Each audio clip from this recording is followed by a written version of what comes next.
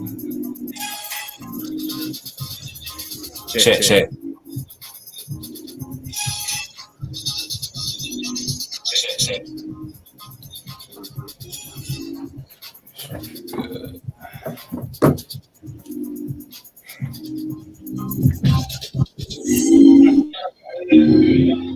Yeah. What's up, everybody? What's up, fam? What's up? Do us a favor, man. Throw some hearts on the screen. Throw some likes on the screen. Let us know if you can hear us. We're working through some technical difficulties, so just give us a thumbs up or right, I can hear you or something. Let us know that you can hear us.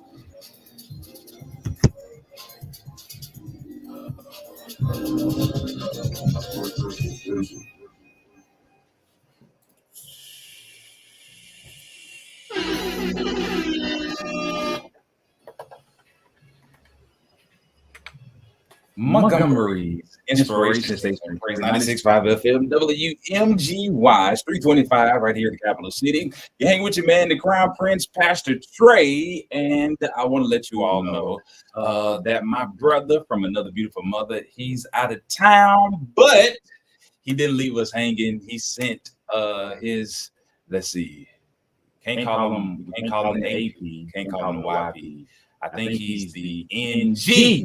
The NGP, the next gen pastor, JT, we call him JT, Joseph Thomas. He's here representing, but no worries. Pastor Lee will be calling in and he'll be sharing in this conversation.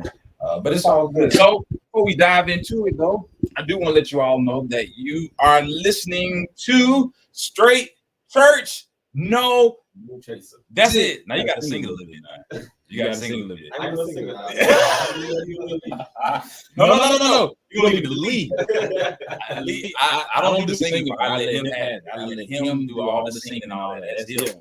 But anyway, man, so it's good to have you in the studio with us, JD. Before we dive into it, we do this tradition on Straight Church No Chaser where we talk about we give one word for our week. So give us one word for your week.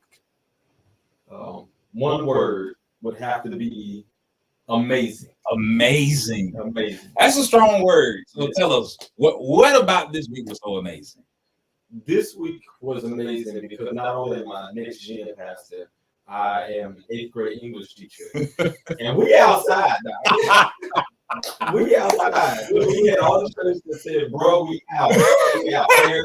Y'all. This was my first full week of the summer, and it was absolutely amazing. Okay.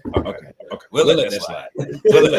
So amazing for you. Yeah. If I had to give one word for my week, I would say it's been, I would say busy. It's been busy. Just we got a lot of things we're working on. And a lot of things that we're trying to get situated, man. So I would just say my word is busy. But it's good. It's good. Anytime you're busy, but you're producing something, it's good. Yeah. Because some people are busy, they're not doing anything. They're not producing anything. Man, don't start on now. We preach. Don't start.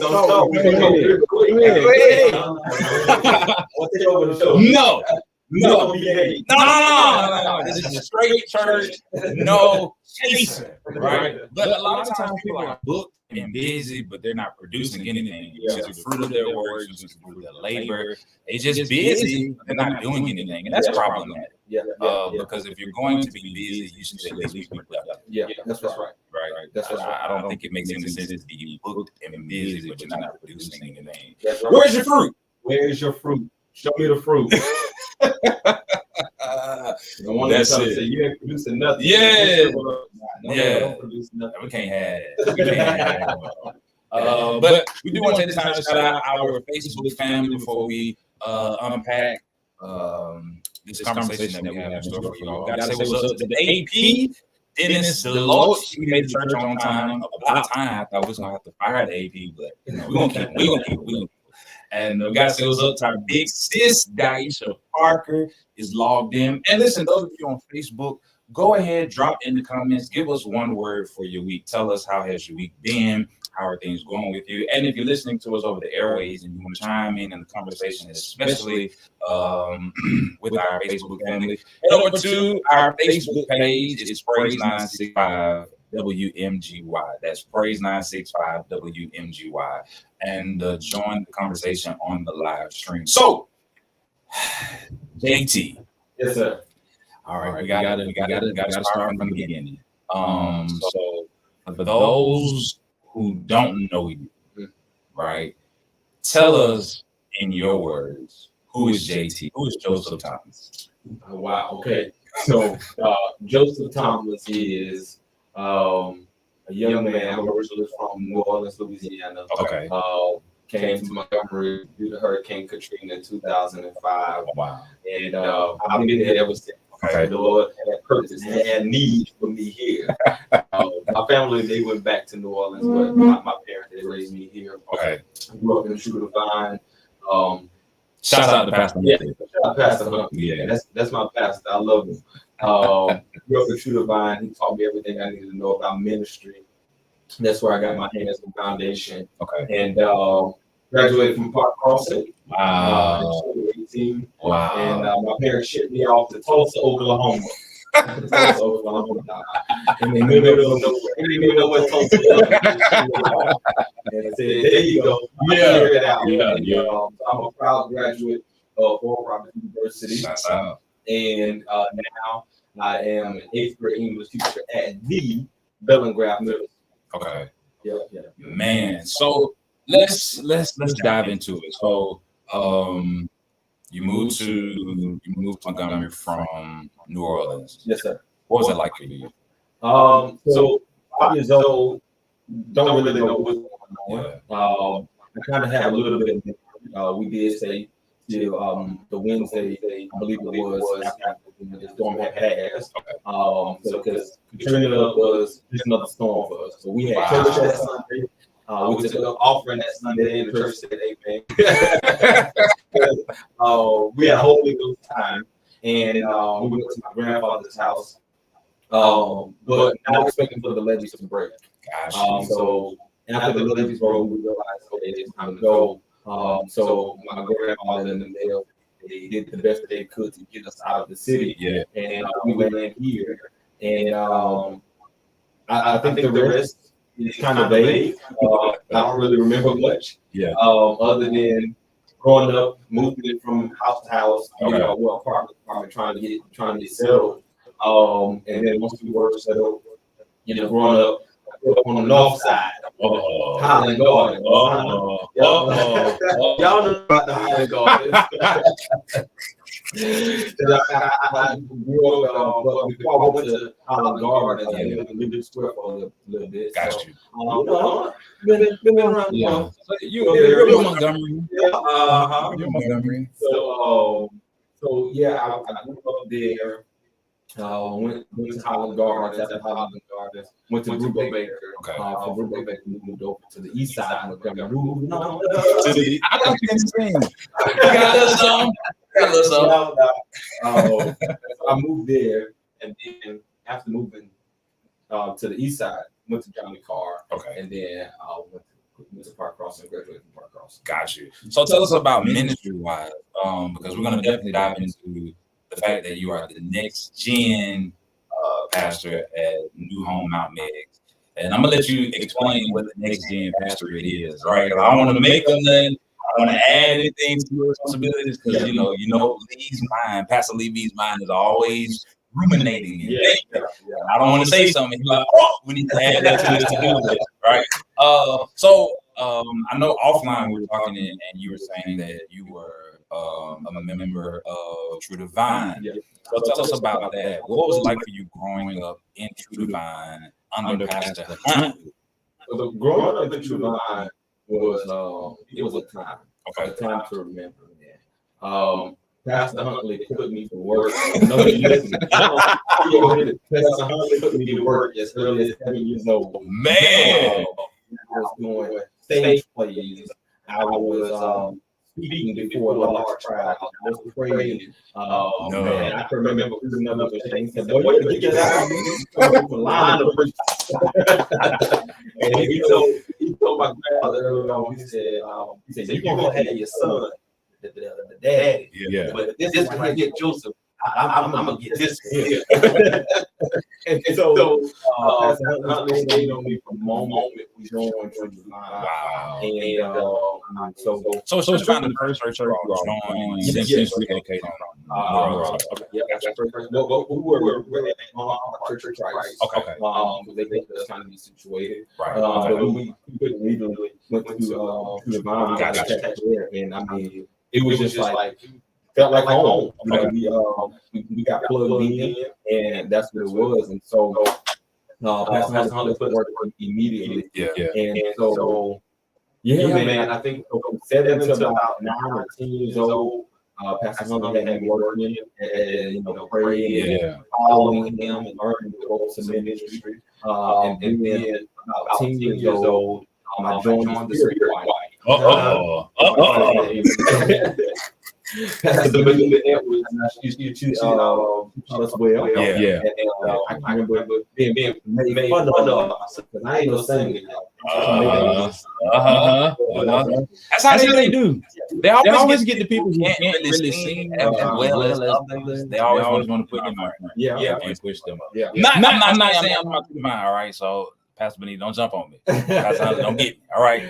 All the true divine edits don't come. But it's a very interesting thing, man. When you join the choir and they find out you can't sing, right? Sometimes they push you out front.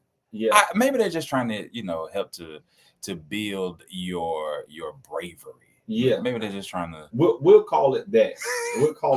But they put me out before all these people and just said, "Go." Right? To me, that's what it felt like as a 10-year-old. Yeah. So you got it. Come on. Yeah. And we quote these scriptures. God has not given us a spirit of fear, Right. but a power, love, and a sound mind. And so they would say all those different things. But immediately they put us out before people. Mm-hmm. And man, so 10, 11, we're singing with the choir and whatnot.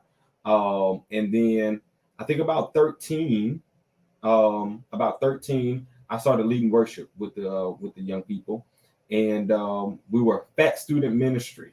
And a part of Fat Student Ministry, man, we really became a family, and we started ministering the gospel through song and praise and worship, and we would go from one church to the next, ministering, and we would just take it on the road. God allowed us to take this song through. I'm talking about Florida, Georgia, Mississippi. We even got to minister one time in Washington, D.C. And I'm out. And so I just thank God for those opportunities. Absolutely. They prepared it well. We even one time opened up for Montel, Florida. Wow. Yeah. Okay. And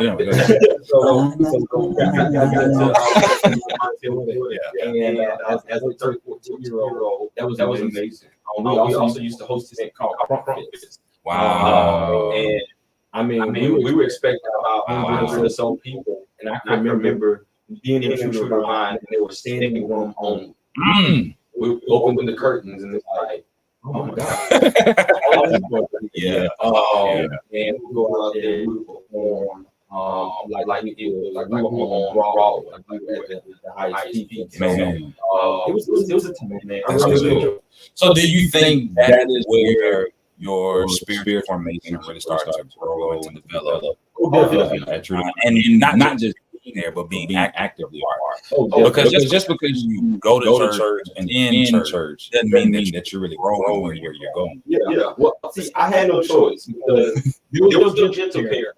Let me tell you how I really got into it. So Huntley wanted me to preach. My dad said, "You're gonna preach it because Huntley wanted you to preach." Yeah, Huntley said, "Well, you preach." And my dad said, "Okay, you can preach and emails and two to one special." Yeah, so now, no live. So yeah, this is old school. My dad got up to the youth and he said, "Ain't no borders up here." And he looked at us, take his belt off, and he said, "All right, now which one of y'all coming up here?" We all went. That's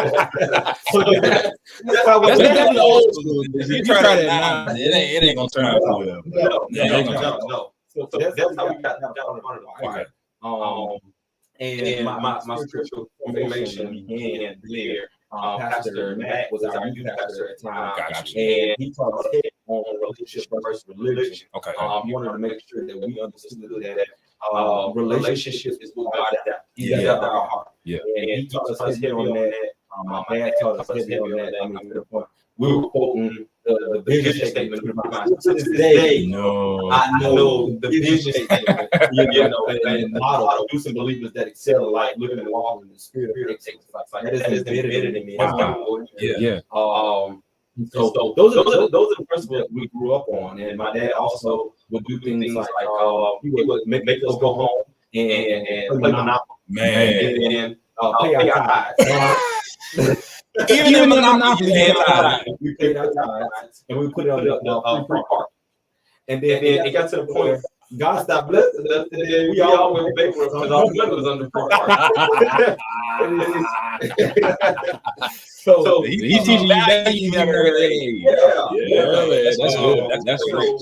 My dad, he taught us that. I mean, the articles of faith. And you know, he would have me sit up on the sofa 2-3 o'clock in the morning with the belts and say, "Quote this article." Then you go to sleep. It's 3 o'clock in the morning, you know. But that's what my foundation began. So tell us this. So you're at True Divine, 15, 16, 17, you're active. So let's talk. You graduate from Park Crossing. All right. Had no earthly idea that you would end up at ORU. No, because ORU was not originally part of your plans. ORU was not part of my plans at all. College was not a part of my plans. All right. Okay. So for me, I thought I was going to graduate. The 9th grade, we dropped my sister off at college. And my sister, she's going to ORU. We dropped her off. And my parents said, "Well, son, what is it that you want to do?" Yeah. And I said, well, I know I'm not going to college.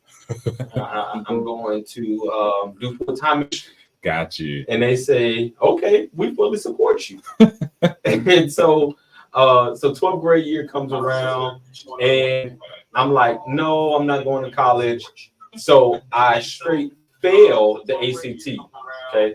I don't recommend any high school students do this. But I went into every ACT test. Not the pastor now. Yes. Not the preacher. The preacher. Right. I went into the ACT test. I lie not. God is my witness. And I would go in and I would fall asleep. Wow.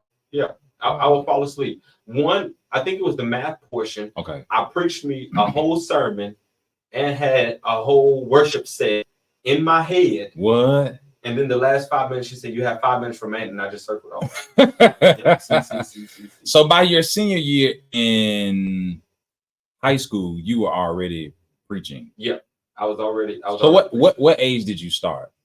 So I began sharing in the youth ministry about 13 or 14. Got you. And that was just Pastor Huntley putting me before you. All right. As the old people say, getting my feet wet. Yeah. And then about 16 and 17 is really when I started to really take ownership of my craft. My youth pastor would put me up there to minister a word before the young people. Yeah. And it was about 16 or 17. Okay. Yeah. Got you. So you finished, you graduate high school. Uh-huh. How do we end up at ORU or Roberts University? So because you didn't want to go to college. College wasn't it for you. That was not a part of your plan. Right. So I, with the intent on going to ministry, okay, I found as many ministry opportunities as I could. Okay. So I looked up Elevation Church, and they had an internship, and so I applied, and then I got denied because they said you had to be 2 years old. Wow. I'm 18. Got you. Right. Got you. So then I found out about Highlands College. Okay. Highlands College, what a beautiful thing where pastors can now learn how to be a pastor. ain't coming to school, right? And so I told my parents, I said, well, I want to go to Highlands College. Yeah. And Dad was like, okay, that's cool. So I took him to Church of the Highlands on Taylor Road. It was a men's conference. Jeremy Foster had ministered a powerful word. Okay. We met the youth pastor. He had just graduated from Highlands College. And my dad was like, yeah, this what we're going to do. It's going to save us a lot of money. We're going to do this, we're going to do that. And we went home. And about 11 o'clock that night, he came in my room and he said, I think we're going to ORU. Oh. And I said, huh? So what changed? I don't know. I do know that he did talk to Pastor Huntley. Pastor Huntley, if you listen to this, he did talk to Pastor It had a little something to do with it. And Pastor Huntley said, Tariq, that boy need a 4-year education. And then he talked to my godfather, and my godfather said, that boy need a 4-year education. Got you. And I'm like, but y'all, I didn't do anything in PA. Yeah. I didn't do anything in school. I passed by the grace of God. Literally. Right? Like literally. Literally. Yeah. And so my dad was like, no, I think we should give it a try. Yeah. We'll trust God and we'll give it a try. Yeah. And so that Saturday, man, we got up, loaded the car down. We drove to Tulsa, Oklahoma.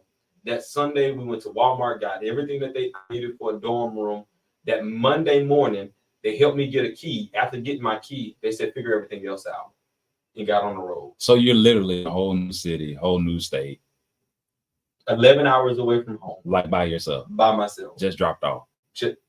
On campus. You ain't had time to prepare, and the only thing you could do was just pray and hope for the best. That's right. And I remember being so upset with them because I'm like, what in the world are you doing? Yeah. And I told you school is not for me. Yeah. I'm going to drop out on purpose. Right. And I finished registration for school 5 minutes before the deadline. Wow. And I was sitting in a young man's office, a recruiter office, Joe Sims, and Joe was telling me about his story at ORU and how he didn't think school was for him, and all this. He's trying to get me to sign the dotted line. And I said, Joe, that's your story, not mine.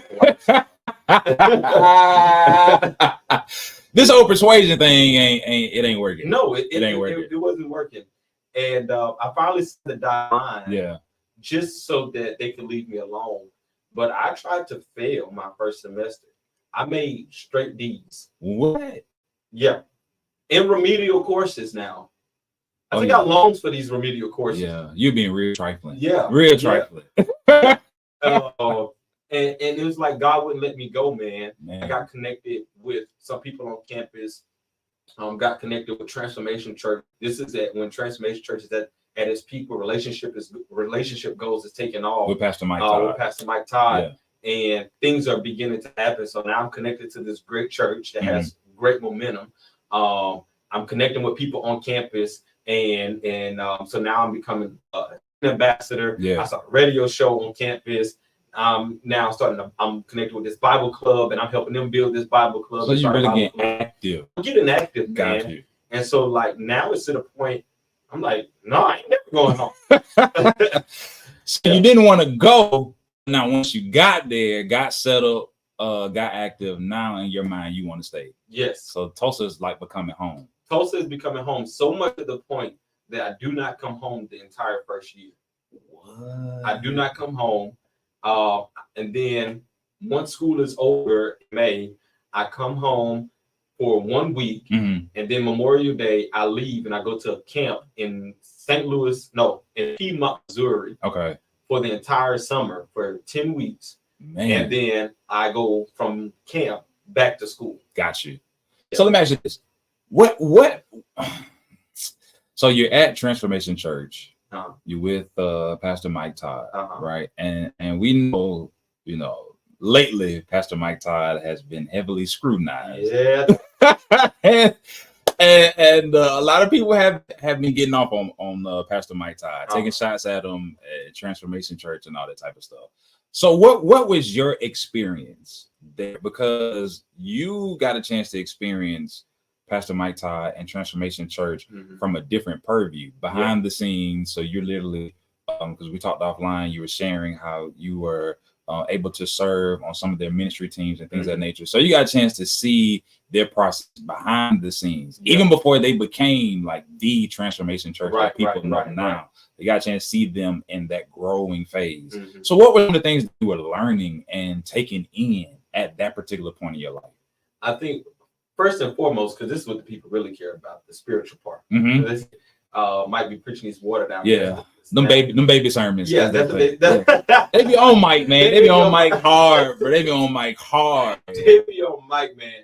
But first and foremost, spiritually, for me, it came at a perfect time. When I got there, he was talking about a series, A Planet Not Buried, and how to be under, but we're not over. Like the plan of God that he has for us still going to come to fruition. It's just we're just being planted. You know, there's a difference between being planted and a seed has to grow and buried in a coffin. Now you're 6 feet. There's no life in a funeral home, or there's no life in a cemetery, but there's life in a garden. And so just being able to understand the difference, both of them have dirt, but one is soil and one is dust. Oh man. So there, Mike taught us how to be planted and not buried. Then from there, he taught us how to worship before a king. Then the top of the year, he taught us about release. Now here's the crazy thing about the release sermon series. Release, he did where they call it now, where the spit hit the fan, where he put the slob on the man's eye. So he actually did that in 2019. That was the first time he had ever did that analogy. Where he spit in his hand. The same analogy. Yes, the same analogy that went viral. I think that was either 21 or 22. That was one of the first times people started crucifying. Yes. They said crucify Mike. like that crazy. But that's the backstory people don't know. Was that he had done this prior. In 2019. And that Sunday was actually the Sunday when he did that sermon. I literally was able to release things that I had been holding in as a child. That sermon actually helped free me in 2019 to be the man that I am today. And so from there, release series. Then after that, we went into All Strings Attached. Now we're gonna have to unpack that, because some people are trying to figure out how can you get released, and you done seen somebody spit in their hand and rub it in somebody's face. So the sermon was, what if it's messy? And he was like, he basically used the illustration, what if it doesn't look like what you want God to do? Because Bartimaeus and the other blind men, they were blind, but they weren't deaf. And so basically what he was trying to say, the man heard him, Jesus, pick up some dirt, and then the same thing that Mike did, cough up slob, and then wipe it on his eyes, and then tell him, go wash. And so all of the promises of God are not going to come in the cute cookie cutter package that we want it to come in. Now, granted, I wouldn't have spit on nobody's eyes, but sometimes for the audience that Mike has, some people need those illustrations. And in 2019, I was one of those people. So that's a different point, right? Because when people talk about what he did, they're talking about it from their vantage point. But you said for the audience, or for the demographic that he has, it resonates with them. And that's one that a lot of people, believers, don't understand. We crucify so many different preachers for their preaching style, and we say Mike is preaching a watered down sermon, but he's reaching thousands of people that God has not called us to reach. So we can listen to T.D. Jakes all day, but if T.D. Jakes tried to minister to the crowd that Mike is after, then he will be feeding them too much. It's like a baby. If you fed a baby a steak and they're supposed to be on breast meat, you'll kill this baby. And they're not talking about, well, the baby is supposed to be able to eat it. No, So I'm not saying that Mike's audience are babes, but for most of them, these are people who have never heard the gospel.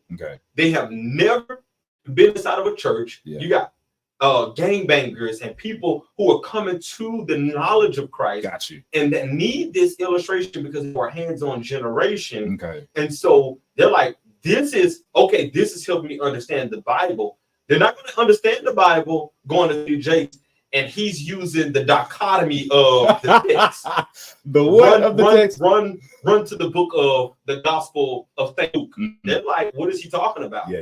Right? Yeah. And so now he's talking over their head. So I think as believers, we have to be able to give people grace and that God has anointed all of us as ministers of the gospel for a certain demographic of people. So why do you think he caught so much flack the previous time that he did as opposed to when he did it in 2019? I think it's I think it's because of the reach. The reach is different. Okay. I think even with that sermon, if you still go on YouTube, I think it may have maybe about 200,000 views. But at the time when he did it the second time, everybody's watching. Everybody's sitting at home. Everybody has something in their hand. And then also, we have so many different platforms. I ain't gonna say the name on live. We have so many different platforms whose main goal is to tear down the kingdom. That's true. Right. That's true. So they're putting out all these different videos and they're taking these sound bites for church from different churches, and we're making a mockery of the church. And what happens is what really disturbs me is that we as the believers, we share more than atheists. I go on Facebook and I see such and such follow. Why do you follow these pages? Why are you sharing it? Why are you giving so much? Why are you talking negatively about this church? Why do you have so much to say about this pastor? Wow. Even out of time. Yeah. Right? You know what I'm saying? Come on now. Yeah. Right. And so I think it's crazy because some of these platforms, they do it in the name of Christ, though. Correct. Like some of these platforms are built off of bashing, berating, or exposing, right? Exposing what they believe to be foolishness in the church, and they're building their platforms off of these people. Yes. And they do it in the name of Christ, though. They do it in the name of Christ. And honestly, I personally don't believe that God is pleased. You know, preachers and sneakers and the guy, I ain't gonna say his name, but allegedly, you know, we know who we're talking about. Right? We're making a mockery of the church, and even the word tells us a kingdom divided against itself should never stand. Absolutely. Right. So at what point do we take a step back, and as the word says, let a man examine his own self? Yeah. So I just need, if God has called me to reach these 50 people in this side of Montgomery, then I need to reach this 50 people and be okay with that. Yeah. I don't have time to think about what Mike Todd is doing because Mike has his own audience. Yeah. Right. And I think we need to run in our own lane. So back to 2019. So at the particular place you were spiritually, and just what you were going through in your own personal life. Yeah. When he did that illustration, the mess, not just illustration itself, but the totality of his message, resonated with you. Yeah. And I'm gonna tell you why. Because the next sermon series, All Strings Attached, he's talking about daddy issues, family ties, and relationship struggles, right? And the daddy issues and the family ties really messed me up actually coming off this release, because that release, when he said, what if it's messy? And I know we could talk like this. In the African-American home, if your parents did something, you don't tell them. You take break with you, right? Yeah. If they whatever happens in my house, that's right. Stays in my house. They brought you in this world, they'll take you out, right? And that's their motto. Yeah. So whatever hurt you, you just take it to the grave. Yeah. And if they're dead and gone, that's fine. Yeah. But for me, there was something inside of me that wanted to be free. And when he said, what if it's messy? For me, that was, okay, what happens if I tell the truth about what you did to me, Dad? Wow. What happens if I tell the truth, Mom, what you did to me and how it hurt? That'd be dangerous. Right? That was dangerous for me. Yeah. So I remember in 2019 laid out at the altar crying after this sermon, because I'm trying to get through my mind, how am I going to be all that God wants me to be and then have to release this, but I can only release it if I'm honest with my family. Wow. So then he walks us into All Strings Attached. And then from there, he's telling us that you're marked by God and God has a plan for you. And from Mark, then we go into the sermon series in the fall that really took the church to another level, Crazy Faith. And now I'm on this and I'm seeing God do things that I'm like, man, This is bananas, right? Yeah. And so now my faith is being boosted. Okay. So then in November, when I come back home, I'm now ready to have this conversation that I thought I would never have with my parents. Wow. And to me, I'm like, okay. And I'm thinking about this sermon as we're about to now have this conversation, a family meeting. In my head, I'm thinking about that sermon. What if it's missing? Yeah. What if they disown me? What if it get physical? Yeah. What happens? Yeah, right? Yeah. I can't hit my parents back. Right. Please, please don't hit them. Please don't hit them back. I don't Phillips and Riley. I know that. I need Auntie Netta to think, right? I know that's the truth. And so we're sitting in this living room, and I'm fully now to the point where I'm able to release. Wow.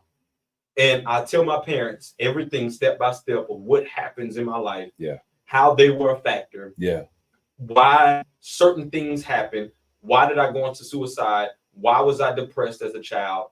You know, what factors played. Yeah. And they were so receptive. Wow. My dad was sitting there with tears in his eyes. My mom is sitting there. And we were all able to apologize and be able to see the other side's viewpoint, the vantage point. Yeah. Because we were able to have an honest conversation. Wow. And something that I was holding in for years, literally at 17, sleeping with a knife, ready to kill myself because I'm trying to figure out how I'm preach, you know, be a teenager and dealing with hell in my home. Yeah. And now I'm 20, about to be 20. And now I'm able to have this conversation with my parents I thought I'd never have. Wow. And I'm able to release some things. And now today, me and my family, we're the tightest we've ever been.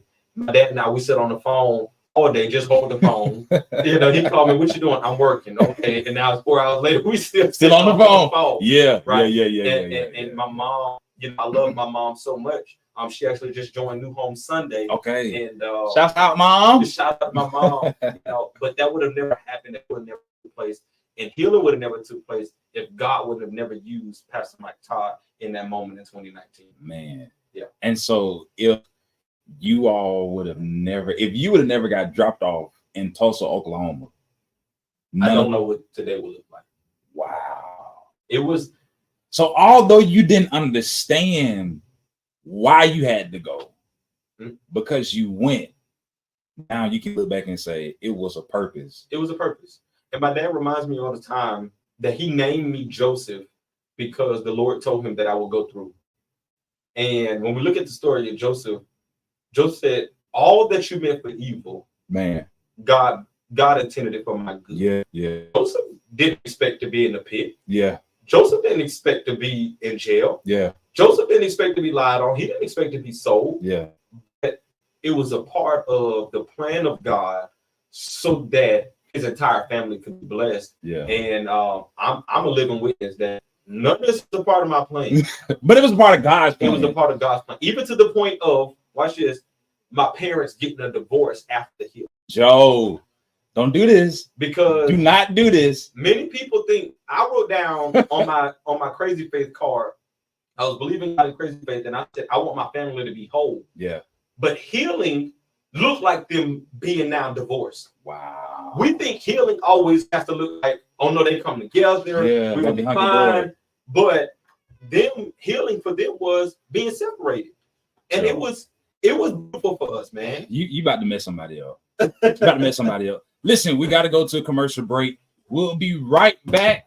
We got Legal ID we'll have to play, and we'll be back. We got the next gen pastor of New Home Mount Med. Yes, sir. We got a lot to uncover. Yes, we got a lot to unpack. Y'all keep it locked.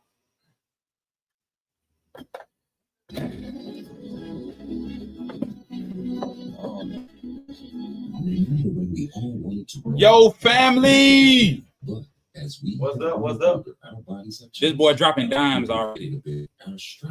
Dropping dimes already. So measure this. So you said something very interesting, right? That healing didn't look like what the reality of it, right? Didn't look like what you imagined it would be. Yeah. Because you didn't think healing would come through the pain or the hurt of a divorce. So talk us through that. How does a person reconcile with this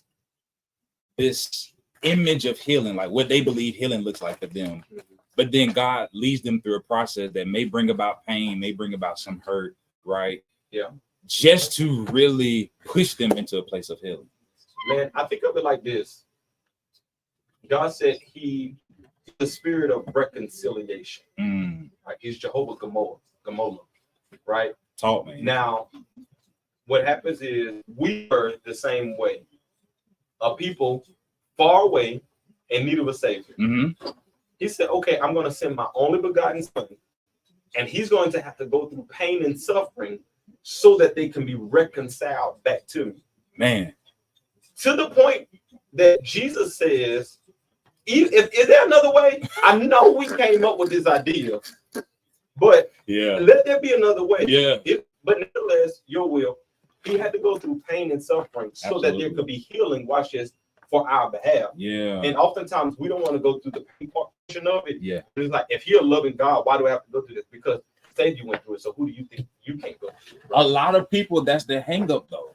Like, if God is who God claims to be, and if God loves me as much as, you know, the pastor says that he does, right? As much as I believe that he does, God, omnipotent, omniscient, omnipresent, all that good stuff. Why do I have to go through pain and suffering? Why do I have to deal with that? So how do you help people reconcile? Because not only is it like an adult thing, but you have teenagers and young adults who stray away from God, stray away from the church, stray away from the faith because of hurt, pain, and situations like that. So how do you help them to reconcile that? So I think when you change your outlook on things, because pain is a part of the process to help build. It's just like your muscles. Anybody that works out will tell you, which if anybody on here wants to help me work out, please. Anybody that works out will tell you that working out, what you're doing is you're tearing your muscle to make it stronger. So pain is inevitable, but it's only to make you stronger. So when you look at it from the viewpoint of what can I learn from this? What can I gain from this? Instead of what is God taking from me, then you appreciate the pain much better. Wow. Yeah. Wow. How did you get that point personally? Honestly, they're not gonna like this, but it was being at my church during that time. Really? During that time. Wow. Yeah. Wow. So do you think you needed at that point, 2019, you needed to be at Transformation Church? Oh yeah, and being in college, man. Okay. Because you also at I remember sitting in my enrollment counselor's office, and she said, "Oh, your grades are not the best." And she says, "I think you need to slow down and stop doing stuff." And I said, "I'll drop out." And she said, "Okay, well, let's look at it a different way." She said, "Well, let me ask you this: what can you do for Oral Roberts that Oral Roberts cannot do for you?" Ooh. And I said, "Huh?" Yeah. And she said, "What can you do for Oral Roberts?" Yeah. So that you can be the man of God that God has called you to be. And from then on, I started looking at it. Okay, let me stop hating this process so much, and let me embrace it and see what God will do. Yeah. And man, I tell you, God started opening doors left and right. Wow. God started moving, and my grades started to excel. Okay. And even to the point when I was getting ready to graduate, I sat down with the exit coach, and she said, "What happened?" I'm looking at your first year grades. You got nothing but these, and then from there you started to excel. Like I changed my focus. Yeah. And that's a blessing, because oftentimes your perspective or your perception plays a tremendous part in how you do things, how you deal with things, how you think through things, and even how you go. Oh yes. And so I think it's one of those things, man, that oftentimes to us, because when we're in situations, it seems the worst thing in the world. But one of the things I love about God is that God has a different vantage point. Yeah. So he not only sees us in it, but he sees how we're going to be when we come out of it. That's right. And I think oftentimes we have to take a step back to say, if God has brought me to this, and if God has allowed me to be involved in this, then I believe that God is going to see me through. And when That's I come right. out on the other side of through, Mhm. I know there's a blessing in store for me. Yeah, but that's only when our heart is pure. Yeah, Because the way you end a thing is the way that you start a thing.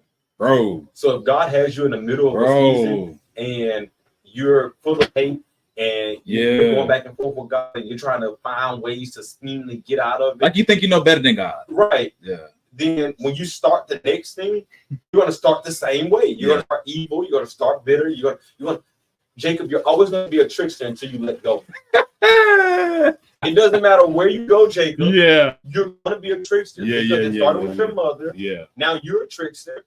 And that lineage is going to continue until you stop wrestling with God. Yeah. So you have to wrestle with an angel in the night for him to change your name and for you to really change your focus and now say, I got to stop doing this. Yeah.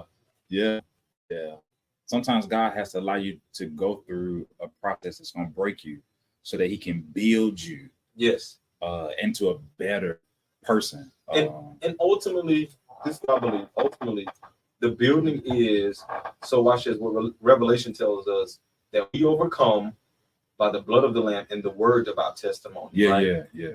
The testimony is not just for you, it's for the people behind. Absolutely. So if I go through and I come out and I trust God and I'm obedient, and then they're able to now see this is what God has done, Yeah. they have the faith to go through it. See, a lot of times as church people, we won't tell nobody our mess. Yeah. I like to live, Pastor Mike taught me this, live hot, humble, open, and transparent. I use discretion and the Holy Spirit tells me what to say and what not to say. I'm glad you said that. Right? So I live humble, open, and transparent to the degree that the Holy Spirit allows it. Got you. Right? Yeah. And so as I live before these people, these young people, especially in the schools today, and be able to show them that I bleed the same way, I cry the same way, I'm human just like you, and you too can overcome. Then they're able to live in a free way. Yeah, that discretion piece is very important because we live in a generation now that it seems like people are losing that desire to be discreet with something. You know what I'm saying? Yeah. So you deal with a lot of younger people. How do you help them to tame that and not put their business out like that?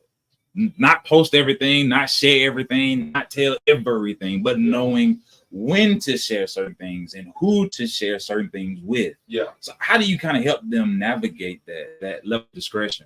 It's hard, man. I'm gonna tell you this because they live for everything being on social media. These young people don't know how to have a conversation. And this would, I grew up at a perfect time. I was born in the 2000 babies. We grew up at a perfect time because we got to see best of both worlds.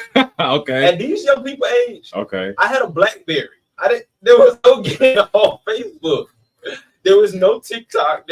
I still had to play with a Game Boy just like y'all did. I had to play with my PlayStation and blow it, when it didn't work. Right? Man, you taking me back, dog. You taking me back. You take me back. We understood how to have face-to-face conversation and be relatable with one another. Still had to go outside and play. Still had to go outside, and you're gonna drink from the hose pipe because you're not coming. Absolutely. Right? Yeah. You better meet up at the green electric box. That was the hide and go seek box. Right? These kids don't understand that. So for them, if I don't know how to have conversation face to face, my only instinct to do is what I see everybody else do, and that's put everything on social media and keep out the people who really know it, which is their parents. Yeah. And as parent growing up in this age, a lot of our parents, because they're so busy with work and having to maintain the things that the kids don't understand, the house and hold things together. Yeah. They don't have time to slow down to be able to understand this generation. Yeah. Yeah. Right.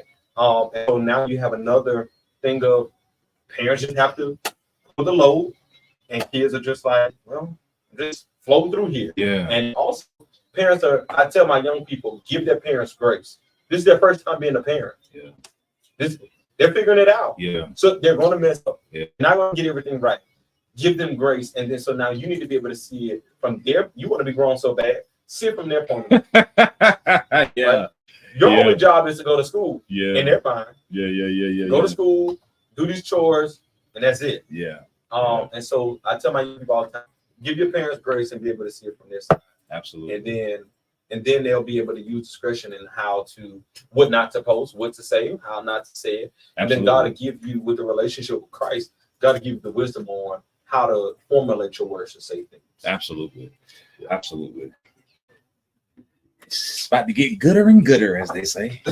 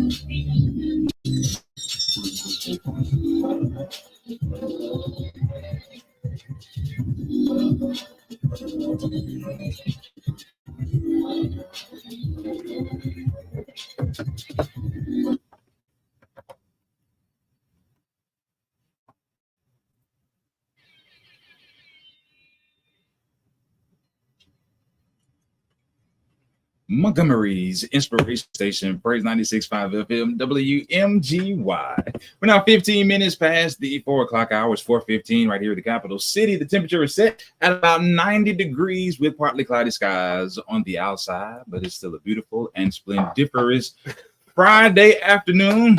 Listen, family, you're locked in with yours truly, the Crown Prince, Pastor Trey. And your boy, Pastor Libby. He done made it in. I'm here. Yes, I think you had the president escort, didn't it? Doc, I ride fast too. I ain't gonna lie to you, bro. I was hitting the highway, cuz. No lie. I said, is that the president? Hey, I was on the 2 wheels, cuz. I started to come in when y'all were talking, and then y'all got off right for all day. I'm saying, what? Yeah. But look, man, it's good to have the next gen pastor in the studio with Joe Thomas, aka JT. Yes, sir. But before we dive into the conversation, we do want to take this time to shout out our sponsors. Shout them out. We got to say what's up to the Loving Teddy Bear Foundation, A1s since day one. The Loving Teddy Bear Foundation is founded by our big sis, Tyranisha Marlowe, and Mama Sonia Mills McCall. The focus of the Loving Teddy Bear Foundation is mental health awareness with the concentration on suicide prevention. This foundation is a tribute to the life and memory of Brother Colin Connor. Learn more about his story and the Loving Teddy Bear Foundation. Head over to their website, which is lovingteddybear.com. And if you would like to make a donation to this awesome and amazing foundation, you may do so via their website or on Cash App. Their cash tag is $Loving TB Foundation. That's $Loving TB Foundation. And also, we do have to take time to shout out the Wellness Coalition. Major shouts out to the Wellness Coalition. Listen up, everybody. Are you ready to change your life? Sign up for the Wellness Coalition's no-cost lifestyle change program and get the support you need to make healthy habits a part of your daily life. Participants learn to cook healthier, move more, manage stress, and get better sleep. They also get support from a certified lifestyle coach and other participants who share their issues and concerns. Classes begin this month. To learn more, call the Wellness Coalition at 334-293-6502. That's 334-293-6502. Or visit thewellnesscoalition.org. Change your lifestyle. Change your life. It's powered by the Black Women's Health Imperative through the Wellness Coalition. Coalition.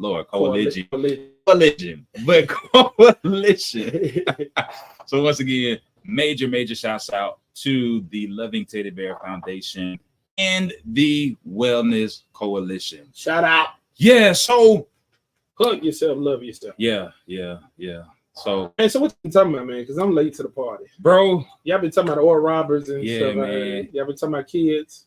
We about to get into About that to get into. because Now- he was giving clarification on Mike Todd, Pastor Mike Todd. Studio's falling. You saw that? I just realized it. Maybe heat because it, it's summertime. Yeah. Summertime. So you were clarifying. What were you clarifying? The people after Mike Todd. Oh well, one thing church folk don't do is mind their business. Yeah, they don't Yeah. play in their lane. And we always got something to say about what somebody doing when we don't know their anointing nor their assignment. Yeah. And we ain't even a part of their audience. Yeah. But we just gotta say something. Mm-hmm. That's church folk. Yeah. So I was he was asking me about it. I was giving my vantage point of being there in 2018, 19, Mhm. so forth. I think I came back in 2022, so I was there for a good bit. Now, what did you get from there in his preaching style that aids you now in yours? The ability to break down the text to our young people, Mhm. because that's hard for me, Right. and it's still a challenge because growing up in True Divine and being at ORU, I was prepared to give meat to the older saints. Don't put me back there with the kids. And you get the babies. Yeah, and so just being able to break those sermons down, understand illustrations. Yeah. Because I'm not an illustrator. Let's just stand here and talk. Yeah. Me either. Let's Yeah. exegete the text. That's me all day. Yeah, Deal with the text, leave the rest of that alone. that's right. Mm-hmm. I'm gonna ask the question that the people really want to know. Well, All right, so you get back to Montgomery from Tulsa, right? So how did you get back to Montgomery? Because something happened. So how did you get back? kick and scream. For real. No, for real. So I packed up everything and I moved to Oklahoma. I said I'll never come back. Yeah. When I did come home, I took everything, even a pen. If I bought it, I ain't leave it in my daddy's house. I left, and I said, God, I'm believing you for a job in full-time ministry. I would love to work at Transformation Church, and so I put it on my vision board. Write the vision, make it plain. Yeah. Right. And so I got this internship, and at the end of the internship, they offered me a couple of positions to work on staff, and I remember I heard the Lord say, "Go home," and I said, "What?" And Like home as in like my home? yeah, and so clear to the He point. said, what his voice sound like? Go home. Oh, Very right. I heard How about TD this? Jakes. That's what I heard. It was like a TD Jakes.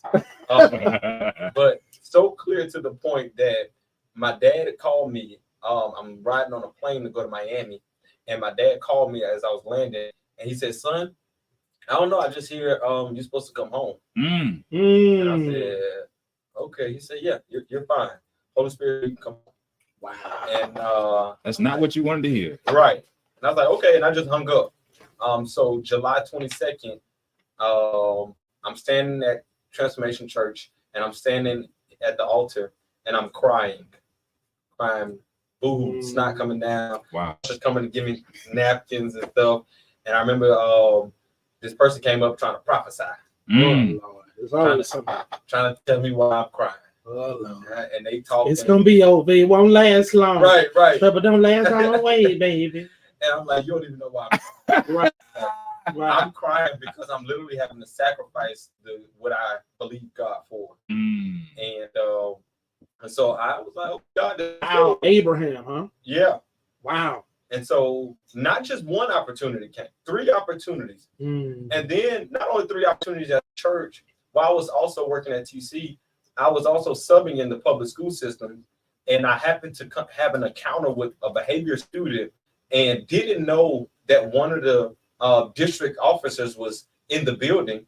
She pulled me to the side and she says, "Hey, Man. I loved how you just chastised that child and that interaction. Yeah. Do you want a job? Offer me a 5th grade teaching position on the spot." Wow. Man. What opportunities? And God said, "No, go home."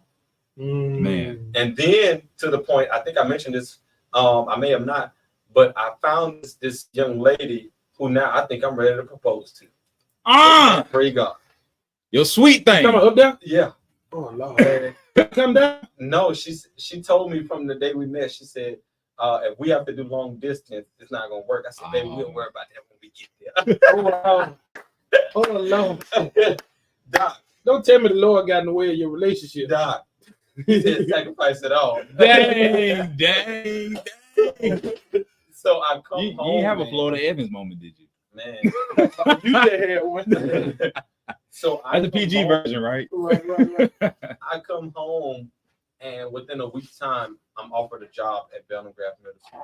Oh yeah, he said MPS. Yeah. I'm like, teacher? Okay. So I show up as a long-term sub, Got you. and the day before school, they said, "Hey, we actually need you to teach 7th grade." Mm. And the rest is history, man. What year is that you're back? This is 2022. Okay, so 2022. So Yeah. you're back in the city. Mhm. Did you go back to True Divine? Because when you went to Tulsa at True Divine, did you go back to True Divine? No, I was Okay. bedside Baptist. I would watch True Divine online. Okay. I love I would watch Transformation Church every Sunday. Okay. I didn't miss a Sunday watching Transformation Church. So I would watch True Divine in the morning, then watch Transformation Church afterwards. And then I would watch all the different other churches. Okay. You know, Okay. and that's what I did. But I was faithful to True Divine and Transformation Church by way of my bed. I got you. I love. A true bedside Baptist member. Yes, I Baptist. Thank you, Lord, for COVID. I will watch online. So how you make it to home that's new? Hey man, Yeah. I was about to get there. I figured you. I was about to get there. Yeah, I figured. So It's coming. 2023, True Divine does their Black History program. This man said the home that was new. We This guy. can't This pay no guy. mind to him, guys. Yeah, this guy. Oh, I know this guy. This guy. And so my dad and I, we went to True Divine to their 365 Black Productions. And the fourth Sunday in February, we arrived in Atlanta to go see my aunt. And I say, next Sunday I'm gonna just go see Lee. I haven't seen Lee since I was a little boy. So you knew Lee before. Yeah, I've known Lee for a while since I was a little boy. He used to be singing and preaching, and I was singing with this group called Sincere Worship. Don't look us up at all. Okay? Don't look us up at all. What is it that you don't want us to see? Anthony Gibby, Terrell Wright, y'all know what I'm talking about. And so I used to do that. I used to give words of exhortation at here and here. Okay. So I knew Lee. And so we're right in Atlanta. And I said, I'm just going to see Lee next Sunday. Mm-hmm. And I go first Sunday in March. And I'm minding my business, sitting in the balcony, snuck in. And Lee comes up. He found you then. He comes up That's to what the he balcony. does. That's what he does. Lee don't stay still. He walks to church. He greets Yeah. the members. Yeah. And he's walking. And he's like, what you doing up here? Yeah. He's like, come down here. So I was like, okay. So I walk on down the steps He from is the the balcony. He is the worst with that. And then Reverend Gilbert is standing there. Lee whispers in Gilbert's ear. JG. And then Gilbert comes over and he said, Lee said you got to do prayer. On the spot. On the spot. And this is your first Sunday there. First Sunday there. And so I said, okay. Yeah. And I said, well, do you want like a radical prayer or do you want like a CCM prayer? And I know the traditional Baptist church, so I know what they're looking for, but I just asked out of curiosity. Yeah. And JG looks at me and said, man, pray. In true JG form. So I get up there and I pray, man. And I haven't missed a Sunday since. I missed one Sunday, and that was because my grandfather passed away in November. Yeah. But I have not missed a Sunday. Now, me and you talked about this offline, but I want you to share this online. What was it about New Home, right, that spiritually that just drew you there? So before the spiritual aspect, it's something that I learned in Tulsa. It felt like family from the streets to the like the people were very welcoming. Yeah. They were very loving. It felt like home. Gotcha. Right. And then on top of The home that was new. that's the home. And then the deacons doing devotion and the old school songs. It reminded me of my grandfather. If you know my grandfather, you know he loves his hymnals. He gonna have his tambourine, and we're gonna have straight church with a tambourine and our hand clapping and foot stomping before we even get to the word, right? Yeah. So that's what I was brought up on outside of True Divine. That's my grandfather. Then Lee, with his contemporary swing, being able to mesh the two worlds together. Yeah. I was just up and about with a big old smile, like, man, what is this? This is the home that's new for you. Right. and then the word with the cherry on top. Got you. And then just seeing how many young people were involved. Yeah. That was amazing. Yeah. Because the myth is that a lot of young people don't go to church and a lot of youth aren't in church, but they are. Right. And that leads us to our conversation for today. Well, hold on. I got to get one in. Look, y'all was being messy earlier. You know, you were talking about people and what they had to say about our pastor Mike Todd. Yeah. Now y'all gonna skip over this marriage that just happened? What marriage, y'all? Jamal Bryant. Jamal Bryant. The engagement. Yeah. What do you think we're gonna skip over? You know they acting a fool in these streets. Like they getting on them. They didn't want him to be single. Absolutely not. Now like they want him to be married. I think depending on who you ask, they had a particular one they wanted him to. Isn't that interesting? That's very interesting. So your hateration is because you had a different decision. That's church people in general, right? Church folk. They need help. Help. Yeah, Help. Yeah, Help. Yeah. I mean, he Need did help. on him because he did try to give him some help a month ago. He was trying to sell cannabis from church. He said, "I want all the smoke." Literally. He said, literally. It's just interesting to me though, because that's what we're dealing with a lot, right? Yeah. Preachers, pastors, anything that you do, it says the people you serve, and I'm not saying it's his church, Yeah. but the people who are paying attention are obviously people that are impacted by his ministry. Why is it never satisfied? You know, and it's bad because it's like it's making his ex-wife get even more love now. Like, what does Giselle say about this? It's like, How does she feel? We're supposed to be talking about Trump right now. Y'all talking about the wrong thing. We're supposed to be talking Trump. Found guilty on all 30. 34. Yeah. Nah, with no family around. We're supposed to be talking about Trump. Yeah. But everybody talking about Jamal Bryant. You know, and it's just interesting to me because it's the same conversation, whether it's scrutiny because of the word, or scrutiny because of his personal life and decisions. Yeah. I ain't no business. Yes. But it goes to show that the old adage is true that you can't please everybody. Can't please everybody. And no matter what you decide, Yeah. no matter how you carry yourself, somebody somewhere is going to have an issue with you. Yeah. Absolutely. You know what I'm saying? And because Jamal Bryant, Pastor Jamal Bryant, has been in the headlines for so long and has been clickbait for so long, people are using this opportunity or anything that he says or does to further build their platform. And it's build their narrative. Right. And it's crazy because some people need you in order for them to be relevant. That's real. And that's where Jesus created the disciples. Yeah, I'm always going to the Bible. Come on. I'm sorry. I be keeping it real. I'm Come on. He the righteous. Yeah. We'll let him have my place. I'm gonna be real. I'll let you be relevant. He gonna be the righteous. But we need validation to be known. And disciples, every time Jesus was going through these towns to do healings, they're like, "Oh, well, she need to be quiet." Right. You know, Right. it's about. He's like, "No, Yeah. this is for my Father's glory." Yeah. Right. So, at what point do we stop adding our own opinion Yeah. about what somebody else needs, what this pastor is doing? Mhm. We say, "No, shut your mouth," because it's something again that they need from this specific pastor in the Word of God. Yeah. So that God is glorified, not your own personal. So you're hurting the kingdom by hurting that man. So it's a big award, everything. That's not my anointing. And do my prophets. No. All right, let's get to these kids. So Okay. It's crazy. But major shouts out to Jamal Bro. and Carrie. you got congratulations over there. You got a congratulations. No, we need to get it though. Yeah, we gotta need to get it. We gotta We get gotta add it. We gotta start. We gotta rebuild our repertoire. Yeah, we're gonna get them sound bites. Yeah, we gotta get it. We gotta get Congratulations. it. But like that's the thing though, man. But we wish them well. We wish them well. New birth. We're happy for them. But did you also hear that they are in process of building some mini homes?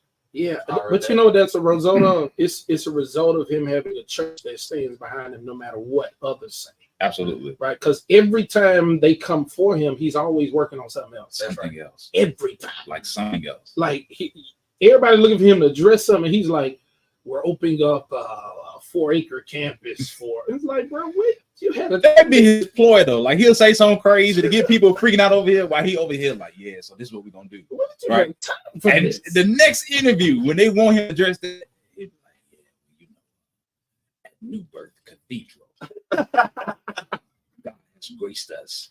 We have just acquired 200 acres of land.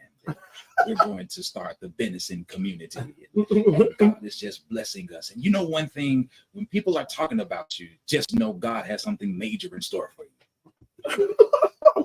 Jamal, like, it don't matter what it is. But what about taking it and flip it? They be like, but what about the cannabis? You smoke it and you know you do. The cannabis growing for you. Nah, but for real though, like that's true.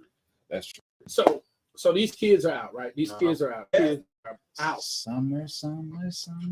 They're out, and there's summer programs everywhere.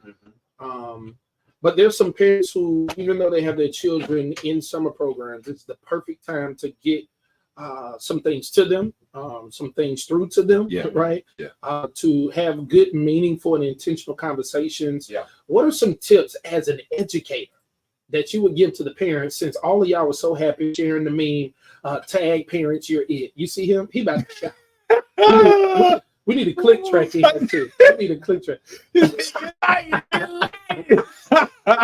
Since all of the educators are so happy, you know, parents tag you're it. What can we do in this season outside? I think summer is intentional for two things that parents can do. The first thing I would recommend parents to do is educate yourself on the education, because it's so hard to do while they're learning it through the school year, because it moves fast. But the education is so different. And the math that they learn today is not the same way you learn math. Not at all. You know, they were breaking it down on Instagram the other day. I saw a reel and I was like, what the heck? Right? And you're a teacher? Yes. And you said that. Correct. Lord, we messed up. Yeah. So the education and the comprehension in reading, that is totally different. They want them to be able to read faster and not comprehend. Why? That's the opposite of what we learned. Exactly. Right. What can they comprehend? Yeah, we did everything for comprehension. Absolutely. Yeah. They would slow you down. Right. Exactly. I read so fast. Yeah, what did you read? Yeah. Do you understand this? Right. And my dad, especially, because he made me read King James Version. Oh Lord. Oh. And it was mean for that. Yes. All of us had that. We all had that holographic New International Version with the rainbow shooting out the corner, and it be coming off if you used it a lot. We used that NIV. We was in that thing. No, I hadn't. Man. So I think that would be the first thing. The second thing is, once you learn it, make it enjoyable for both of you all. Like, don't. What's up? Hold on. So when you talked about the education portion, we need to do more than just buy workbooks and drop them in their face. Correct. I just want to handle that, because we as parents will say, hey, we got to get something for the kids, and we'll just go buy the grade up. We'll buy that workbook. Yeah. I see pages 1 through 10 this morning. You know And what I'm then saying? they turn it in, and you still don't understand what they did. You don't know whether it's right or not. So I know our parents want the TikTok home, Yeah. and we want our homes to look picture perfect. Yeah. But my dad, when I was growing up, he had a big whiteboard in the middle of the hallway, and that's where he did multiplications with us. He did English with us on the whiteboard. He did Roman numerals with us, right? Kids don't know Roman numerals. Was your dad in the military? No, he just grew up in my grandfather's house. After Apostle beat them, and they shut down. Nah, this sounds like you was in military camp. Nah. Man, I learned all of the articles of faith. You know, so Man. He was ready for ordination. He at was 15, here. dog. Yes, You see, yeah. catechism out the womb. Right. So you gotta learn it with them, man. Yeah. And you gotta be hands on. Yeah. These kids, as much as they like to consider themselves to be grown, Right. they're still children. And we gotta realize that. So we gotta get hands on with them. Yeah. And we get down to that level and see what it is that they need. Now, that's from a parental perspective. But what can churches do to help aid parents with their children during the summer? I think from the Other church, than just vacation Bible school. yeah, I think from the church perspective, one of the things that I see, especially here, and I'm sorry, pastors, I'm gonna say this as the next gen pastor, we gotta stop trying to have our own thing. Hold on. So everybody's trying to be the big thing. What happens if we all come together and we say MPS? How do we put our resources together to rent out the multiplex so that we can all come together and put this together for our babies, right? That right there. But that requires us to come together. And we don't want to, No. especially us with some of these people. As you Come say. on in the house, God. Lean in, child of God. Lean in. Us beautifully sun kissed people, we want to say, our church name presents. Uh-huh. At the end of the day, if your children win at restoration and our children win at new home, we still win together. Absolutely. It's a win for the kingdom. Absolutely. It's not a win if just restoration is winning and then our babies aren't getting anything at new home, right? So how do we come together as a body? And it's not about our church name anymore, but it's about the kids, because the kids in Montgomery, Right. the statistic says that they can't read. Mhm. So it's not about our church. Man, that's heavy. Yeah. That's heavy. We gotta get a commercial break in, but we're coming right back because that's some serious stuff. That's serious. Nah. That's serious. But just for like a quick second, but imagine though, Bro. if like a lot of churches who were like in the same neighborhood or like on the same side of the street, you know what I'm saying, in a certain section, would just come together. You know, they've been saying this since Like putting denominations aside, doctrines aside, all that type of stuff aside, and just partner together. It's man, we as a people can't come together as a we. That's right. We need to though. We should have been done so. Because you know, folks be going live, man, and it can be kind of discouraging when you're trying to compete with other churches who may have the resources to do, and instead of collaborating with other churches to really make an impact, they're trying to prove that you can do what others are able to do, but you don't have the resources that others have. And it starts with the leader.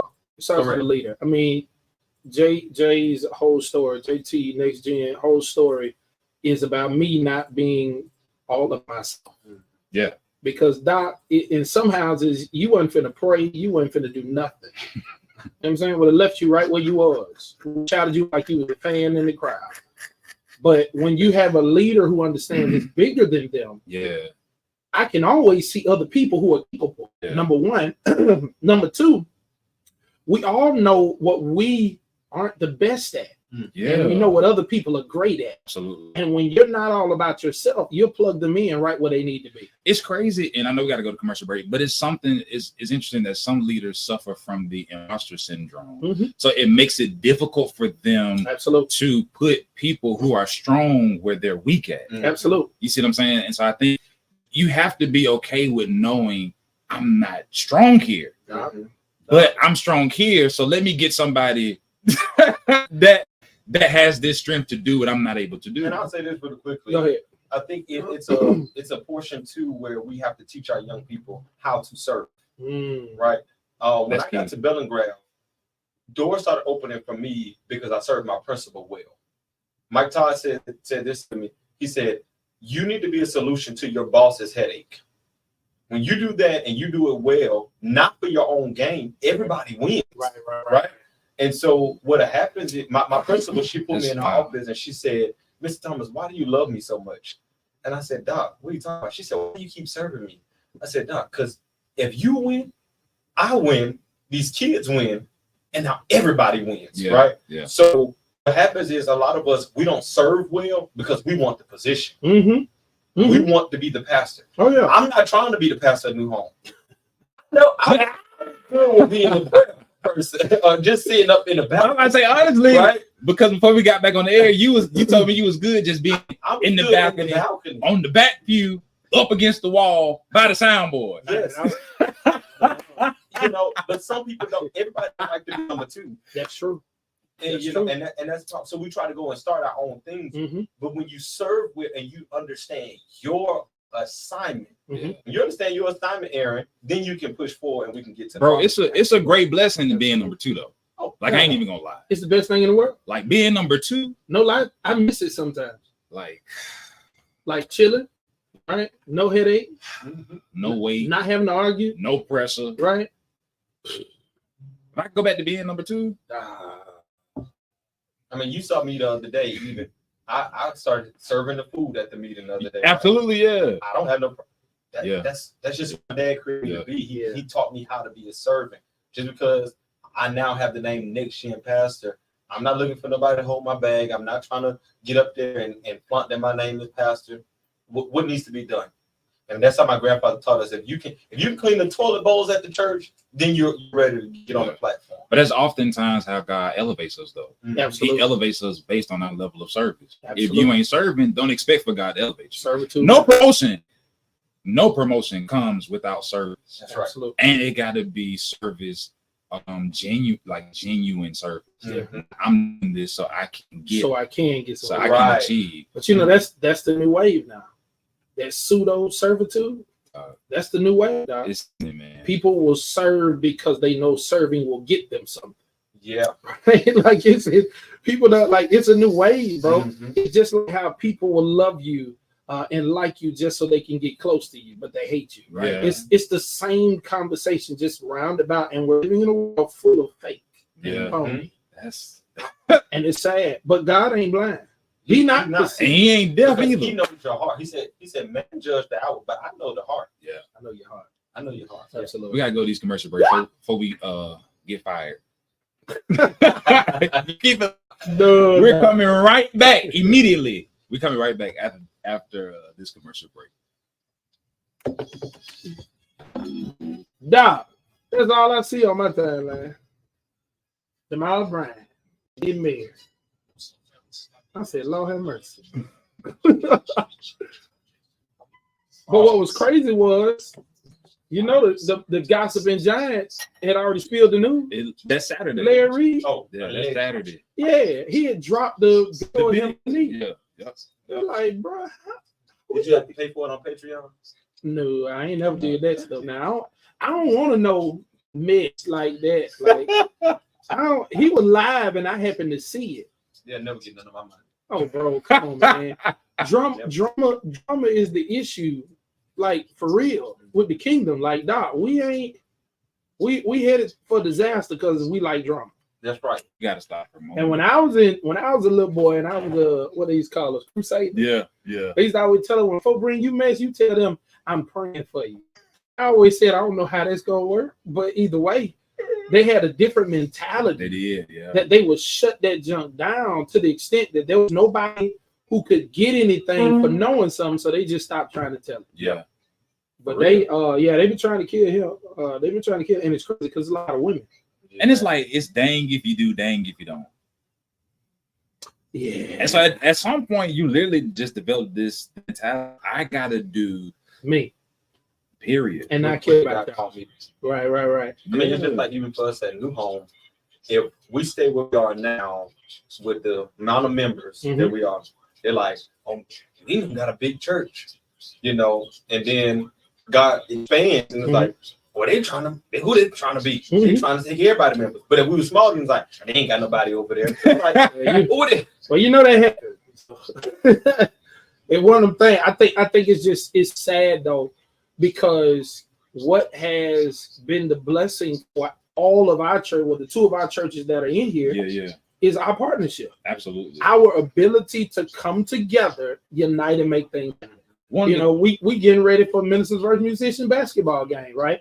And the big thing is getting preachers to partner with us, churches to partner, so we all can say, hey, from the Ministers versus Musicians basketball game, we're donating all of this to charity. Yep. That's what we're trying to do. Yep. So it's not a Holy Walker and them had a game, and this is what they know. It's from all of us. I want to be able to put every church and every pastor on there, so everybody know this is us coming together. Yeah. Now we doing it in a fun way. But that's one of the crazy things about like this show, Straight Church No Chick. The fact you got two young pastors True. coming together who could have easily said, well, I'm just gonna do my thing over here. He does his thing over there. When we see each other, what's up, bro? What's up, Doc? Uh-huh. You know what I'm saying? Doc. Yeah. Smooth. He can't ease it in. He no. He came in real smooth, like Doc. So you ain't gotta be on Facebook. I'm good, man. How you feeling? Somebody said the pastor, he's gonna hold up. I hope he ain't. Well, he can tag you in and then get out. Nah, no, I'm not. I'm skinny, but I ain't gonna say that. Appreciate you and come on No, down. nah. Everybody else want to take you to the gym. That's horrible. That's horrible. We're talking about But it be partnerships. true though. We're talking about partnerships. I need partners in the gym. Yeah, it be true though. I need somebody. It be true. A lot of times those partnerships don't last though. They start with you, and then slowly they just start backing away. When I was in college, I had a buddy. We used to go boxing every morning at 4 a.m. Okay. And there would be times he would come, Why open all my these door. skinny people going box? Cause I box. It's a good workout. It though. is. And It is. for a solid hour, he would come break in my room and like, up, we're going. I was working out real good when I was in college. Yeah. Got back home, Ain't did nothing. Well, Trey go to the spot in East Chase. Yeah. Mother. Mayweather. Yep. I tried them, but when he told me the price, I said that. No, you know, you could always go in the Providence Center. The Providence, Yeah, but I need a partner. you need a partner. I do too. Yeah. I do too. I can't work out by myself. I guess we're gonna have to partner. We'll make this. Keon, you hear this? Cause don't do that. Hey man, we got some tickets to give away. You got time? Yeah, we definitely. These are for seniors though. We can make it work. We can make it work. Right? Seniors? Man, come say hey to the people, man, because we keep talking to you and they ain't seen you yet. Man, you sharp every day. You got your cameras on. Y'all get out the bed putting on suit stuff. Say hey to these people. Y'all see Jared? Look at he had to get all the way down. He's so tall. Praise God. Amen. Good evening to everybody. He pulled me in here. Listen, I had to come and say hello to everybody and drop off a package. But God bless all of you. Looking forward to seeing you on the 30th, June 30th, June 30th. 5 p.m. at the Davis Theater. We just dropped off some tickets to be given away. So we're looking forward to seeing everybody. All roads lead to the Davis Theater on the 30th. God bless you. Yeah. Love you. Thanks, man. Trey, good to see you, my My brother. man. Always Always good to see you. well. You got the doctor sitting over here. Praise God for you, man. Thomas? Joseph Thomas. Joseph Thomas. Nice to meet you. All right. Didn't mean to interrupt. You good? No, now? you Good good. to see you. You good. All right, bro. JT, you dark on this thing. I just realized that. It's because you had to close your light. That what that is? That ain't help for real. A little bit. I get you way down what you know. Montgomery's Inspiration Station, Praise 96.5 FM, WMGY. Uh-huh. Real country just now. I think I said W. I think you did. But anyway, With your mouth wide open. anyway. Got the No, I was laughing because he was messing with JT, and I was like, finally, for once in his life, he sees what it feels like to be a dark skin.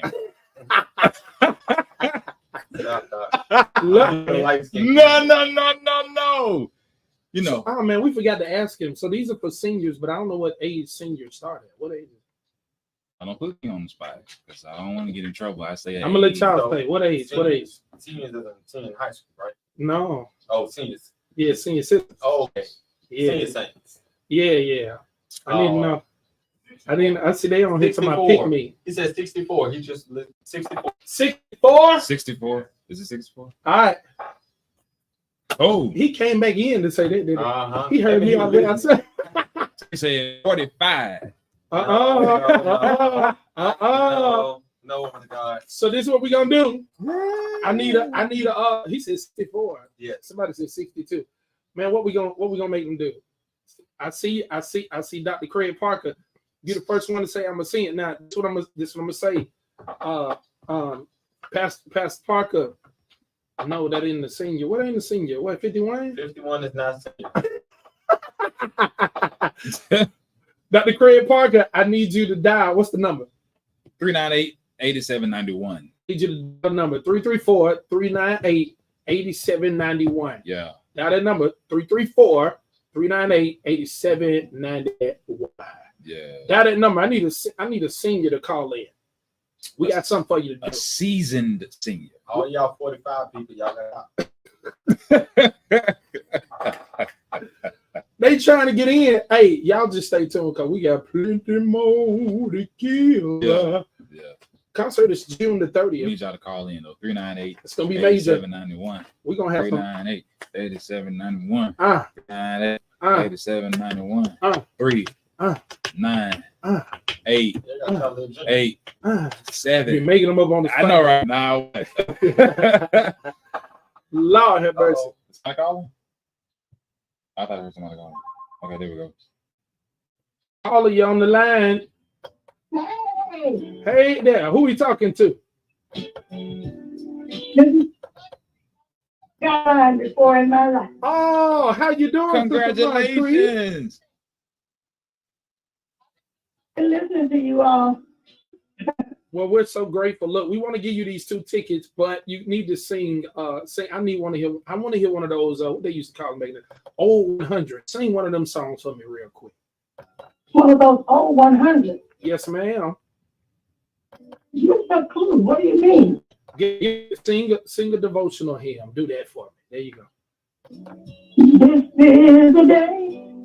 This is the day. This is the day that the Lord has made. That the Lord has made. I will rejoice. I will rejoice Come on. and be glad in it. And be glad in it. You better sing. Come on in here. I will rejoice and be glad. This is the day. Whoa. This is the day Whoa. that the Lord has made. Oh, yeah. That's it. That's it. Yes, Lord. You in here. We I got. was waiting on her to go into I will enter his gate. Oh, I was I waiting. don't know that part. You know, I don't know that you part. know. Here's Thanksgiving on my heart. Don't do it, I Doc. don't know that one. My granddad watch, he gonna pull out temper. He gonna call it. Man, you sound beautiful as ever, Sister Absolutely. Marquise. Congratulations. Now look, 76 Wow. singing like that. Strong. Well, your tickets are here at the station. We invite you to come get your tickets whenever you are free and somebody's actually here. Okay, so just make your way here Monday, sometime between 9 o'clock to about 4 o'clock, or Tuesday, or Wednesday, or Thursday, anytime next week between the hours of 9 and 4. You can get your tickets. Okay. Well, I don't think you're gonna have to, not if I'm here. But we're gonna have your name on there, so you might want to grab that ID just in case. But I need you to do me one more favor. What is the best radio station in the land? The best radio station in the land is 86.5. That's so John. We love it. I love that. I love that. Sister Increase, congratulations. Absolutely. Absolutely. Absolutely. Thank you so much. Talk to you next time. You too. Bye-bye. Likewise. Y'all heard that singing, Yeah, you did it. I was ready. and she went for a fast one too, though. I was ready. This is the day. Surprised she ain't had the tambourine. Ugh. I'm talking about getting it. Drive. Doc, hitting that thing. So back to where we were. You said make sure that we're teaching, make sure that we're really being intentional about their comprehension, their reading. You said you did talk about math well, and you said do it with them. Yeah. So that means we have to learn how to do it before we just go tell them to do it. That's right. And there's so many different resources out there, man. Khan Academy, YouTube, All of these are free. Yeah. You can literally use your phone to take a picture of the worksheet. Socratic will tell you the answer and break it down to you. What is Socratic? Socratic is I'm probably telling too much. I need to know. But it's an app. You scan whatever the problem is or the word is, and it will literally give you all of the different sources that there are out there in the world with all of the answers, different people who have broken it down, and it'll explain whatever it is that you're working on. And this is for the parents, not the students. Well, Socratic by Google. I don't know. Socratic is an app. Yeah. Is it purple? Yeah, it says Yeah. Socratic by Google. And you just see somebody say they love Socratic in Khan Academy.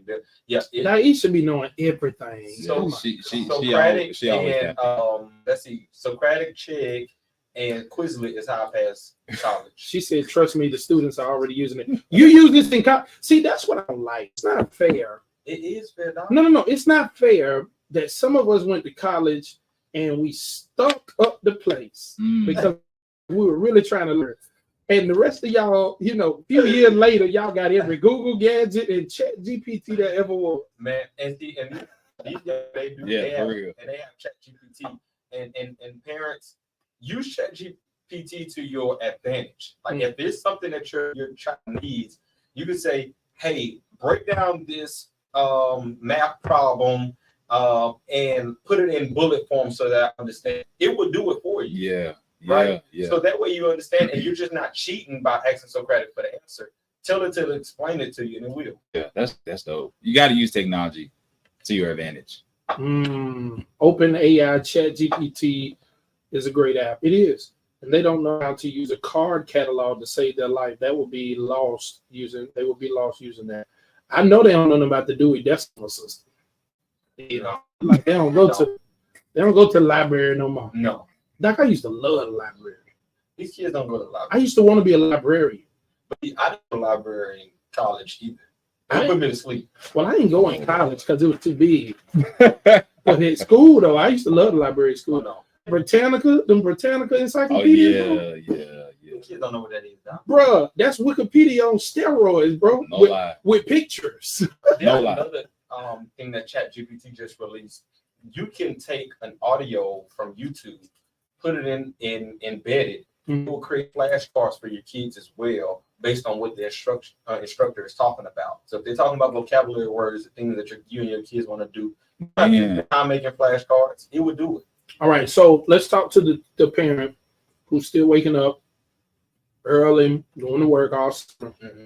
How much time per day at a minimum should they give to being intentional about their children's education?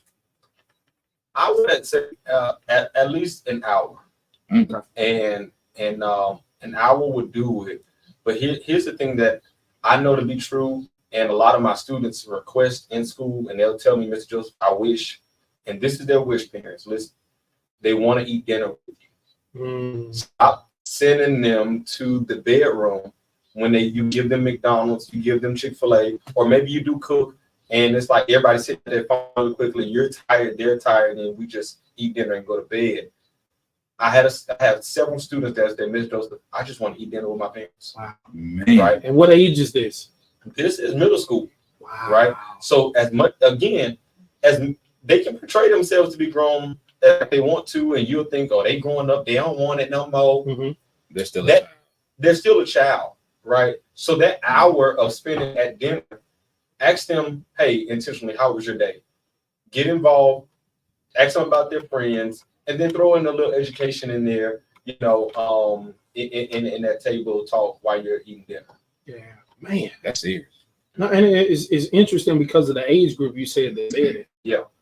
Because you would always think that they're the ones who are ready to rush to their room, to get on their phone or to get on TV. That's interesting. And this is their excuse for it. I said, well, why don't you strike up a conversation? Well, they don't want to talk because they were on their phone. Okay, well, you on your phone, right? Well, yeah, because there was nothing else to do. Right. And so, and again, they grow up in a world where they don't know how to communicate these things Right. until they're forced. So I'm sitting with them for 8 hours a day where now they don't have no phone because we done locked them up at the school. So I'm able to pull these things out of them and hear them say these things. Well, tell me this, man, because the way you talk about your family, it sounds a lot like my family. And I know Trey tell me one thing we could not say was that we were bored and we ain't had nothing to do. No, I I don't say mean, that. that is like I'm paying for cable. You got a TV, you got Yeah. toys. I mean, your room ain't all the way clean. How in the world can you say I have nothing? We to had a do? basketball goal outside. What is it with the children in this space? I ain't got nothing else to do. Is it that the other things are insufficient? I think what happened is, and I heard Pastor Chris Hodges say this, what happens is the pandemic, they use this word social distance. So we've created a whole generation where outside of the pandemic, they social distance.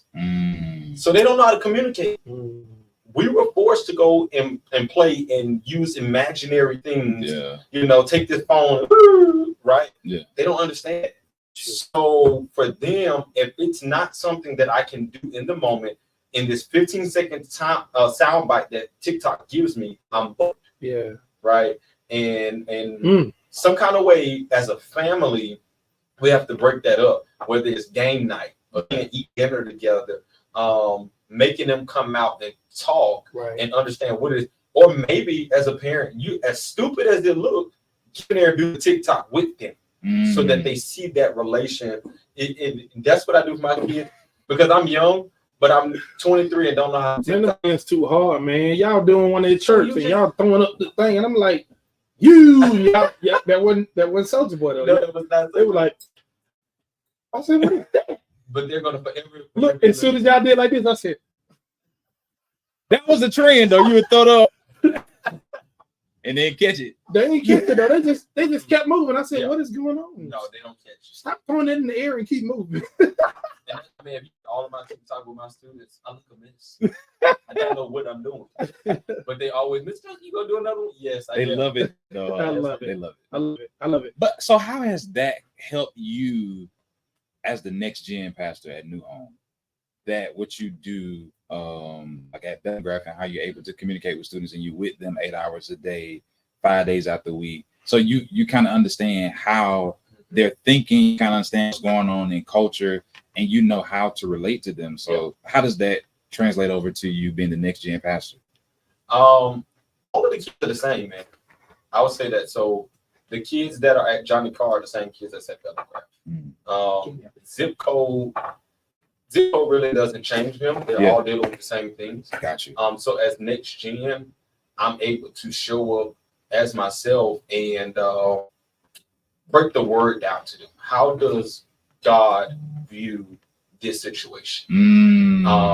And my teenager will tell you, I don't sugarcoat nothing with them in Young Saints. Yeah. It's straight church, no chase. Yeah. Right. We have church because we have real answers. And this is what I tell them is that I would rather teach you the biblical way than for you to get out there in the world to teach you. And what a lot of people my age and older, the millennials had to do, they got out there and they had to learn from the world because the older saints wanted to keep this private. Wow. They want to show us their flaws. Yeah. You know, and they want us to come in church speaking in tongues and tearing. And you didn't tell me how did you come out of the club, right? You listen to Frankie Beverly and May, like you listening to something. Yeah. So how do I get off that, right? Yeah.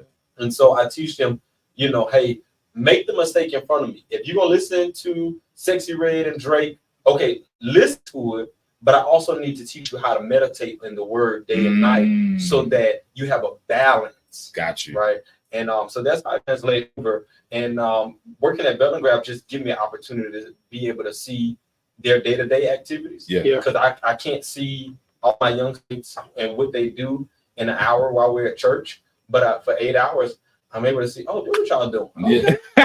So when I say certain things in the message, like, Mr. Johnson, how you know? Because I'm with y'all all day. Let me ask you this before you ask your question. You felt it. No, because we may not be on the same page. But I want to ask a $1 million question because I know some people listen and hearing us call you next gen, and so they may not know what is a next gen pastor. What is that? What does that mean? What is that So I think this is Like I know what it means, but you know, people. so this is a new terminology in church today, and instead of calling the normal youth pastor, we now have a next generation, which is Generation X, Okay. right?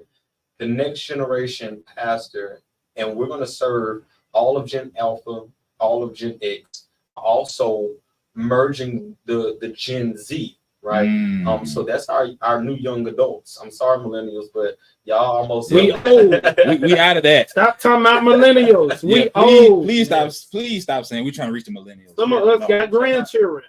For real, like for real, like seriously. So you can't. You got to go we're not behind over here us. Looking at the millennials. Go anymore. behind us. So at New Home, right now I'm serving the all of the pre-K through high school students, as well as building our young adult ministry out so that we can reach this next generation. Got you. All right, I know you got a question, but you're here, right? So you're the lead pastor or senior pastor, and you're young. From I'm a millennial. you're and you're young in the eyes of those who are older than us. Absolutely. Right. And then even some of the people in our generation who still want to be young, so to speak, right? Absolutely. They look at me and you, and they look at you at New Home. They're like, man, he's a young pastor. He's a youthful pastor, right?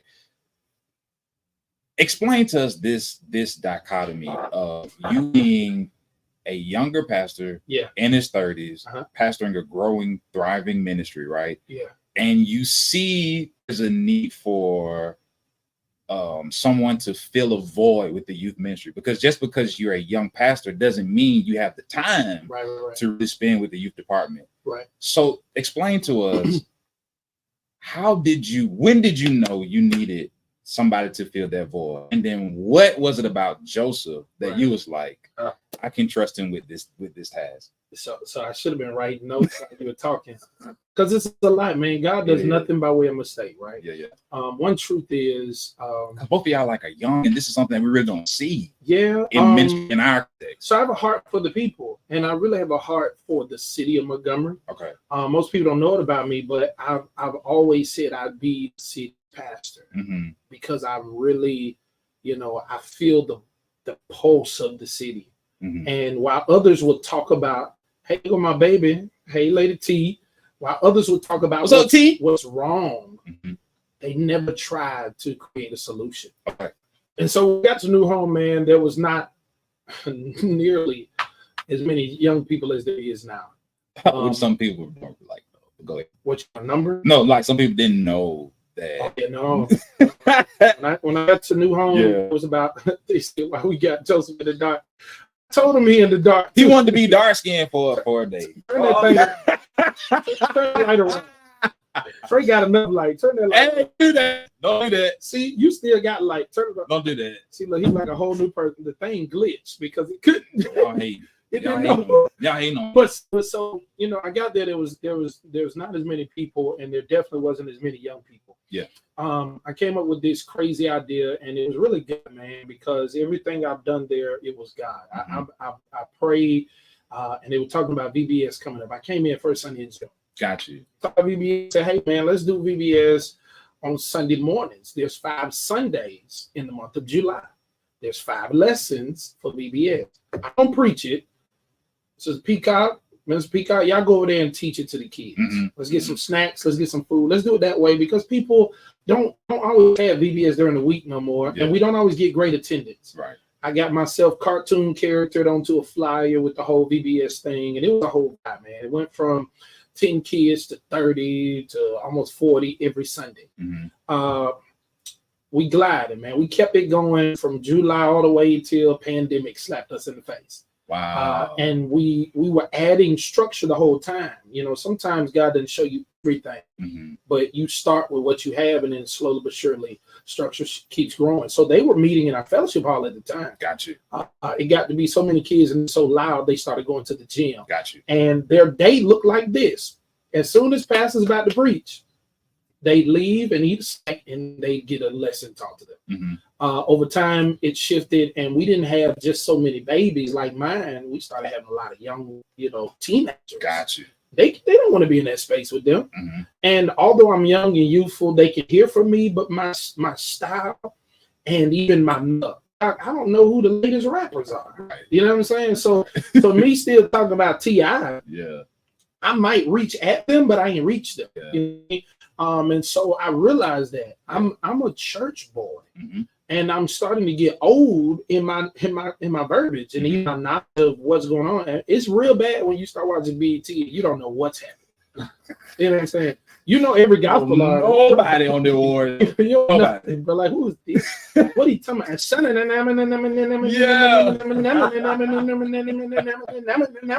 what in the world? Right? And so I knew I needed someone, and I was praying for God to send them, because there's something that I was told and I was taught, that you don't start a ministry until you have a minister. And so I was praying for God to send me someone, and it just so happened, man, they were transitioning the gym. There's a young fella by the name of Lamar Butler. And I said, hey, Lamar, go back there with my young people. It was perfect timing. Okay. We're in the pandemic, and ain't but so much room in the church. Yeah. And we got a social distance still. Yeah. If we get all of these teenagers out of here, then we got more room for adults. Yeah. That's what happened. Yeah. So he started going to the fellowship hall. It started growing. I'm talking from 15 of them young teenagers to almost 30 sometimes 40. Now they need space. Got you. So they need space, but at the same token, shout out to Lamar Butler, by the way. Him and his fiance, they started shifting. Their life started shifting. Okay. And here comes Joseph. Got you. JT is sitting in the balcony, right? and clear as day, as I walked by him, Yeah. I knew that God had a purpose for him. I didn't know he was going to stay, Got you. because we live in a world where people always want to be number one, as he said. Yeah. I didn't know how long he would stay, because we live in a world where some people just come to see what you got going on, so they can take what you have and go somewhere else and try to make it happen. Absolutely. Like, we're living in a world where people are so jealous and they'll come and be close up so they can learn and try to steal your sauce. Yeah. So I didn't know, but I'll tell you this. What was it? Servitude. That's what stuck out. I told him to Stuck out. pray. He went up there and prayed. Got you. Every time I asked him to do something, he did it. He came March. I think we had 7 last sayings. He's Okay. not even a member of the church. I Mhm. say, hey, I need you to MC this. No problem, Pastor Walker. Bet. He MC'd it. You can go back in YouTube history and see it. You know what I mean? yeah. And so everything I've asked him, he's right there. He wasn't a member at that time. He wasn't a member. Gotcha. I Wasn't a member. didn't join until August. Yeah. What? Yeah. He's had, man, and even then, he talked about his opportunities. Man, I dropped this to you. He talking about those opportunities when he was in Oklahoma. That's it, right? Yeah. Okay, y'all kept saying Tulsa. I forget what state. Help your boy. So he was in Oklahoma. He's getting all those opportunities. It's the same thing here. Yeah. You got to realize that when you're in Montgomery, and then when you're on a church's broadcast that many people look at, Yeah. they're going to be calling you to do stuff. Absolutely. And Absolutely. it got to the point where he called me one day and was like, "Man, I got some opportunities, but I really feel like God is telling me to stay here." And I was moved by that, Man. because I didn't have a position for him. Yeah, I didn't have any stipend. I didn't have anything to give him. But I told him, whatever you do what you feel the Lord is leading. At that point, and I'm gonna let you ask your question. I'm gonna let you come back to being a host, a co-host. All right. But so at that point, the Young Saints wasn't. They were going on. So the ministry had already been created. Right. It had already been created. Okay. Got you. It had already been created. Gotcha. Lamar Butler, shout out to him again. He was a young man that just making it happen. Wasn't a preacher, Okay. nothing of the sort at that time, Yeah. but he was making it happen. We go through lessons. He would teach the lessons. He would always relate to them. And so it was a blessing. He decided to stay, put him in position that next following year as things shifting, and God has been good to us. Yeah. man. Yeah. God has been good. I think it's a beautiful sight to see like two younger guys working together in ministry, and there is genuinely this collaboration that's my and this dude, man. push. Love this for dude, man. Yeah, it's like y'all have a genuine desire for the other to be successful and Absolutely. work together to achieve that success together. This is just a beautiful thing to see. It's so much work to do, bro. Yeah. Like people don't get it. Like we're still, there's some people in the body of Christ who still have the mentality that once you got the building, once you got the bodies, once you got the budget, you done made it. No, fool. We got a whole city that's crashing and burning and crime everywhere. We got work to do, bro. Absolutely. And so I don't have time to hate on nobody. I ain't got time to talk about nobody. Yeah. I'm trying to figure out how we gonna get this done. Yeah. You know, I'm tired of Because seeing the mothers, much is given. much is required. And I'll say this too, Trey. Go ahead. This is the beauty of what me being submitted to lead, that I want other people to understand in ministry, is that I'm not trying to build a second new home. Man. A lot of youth pastors go wrong when they try to get outside of the vision of the house. Mm. I don't need another mission statement. I don't need another vision statement.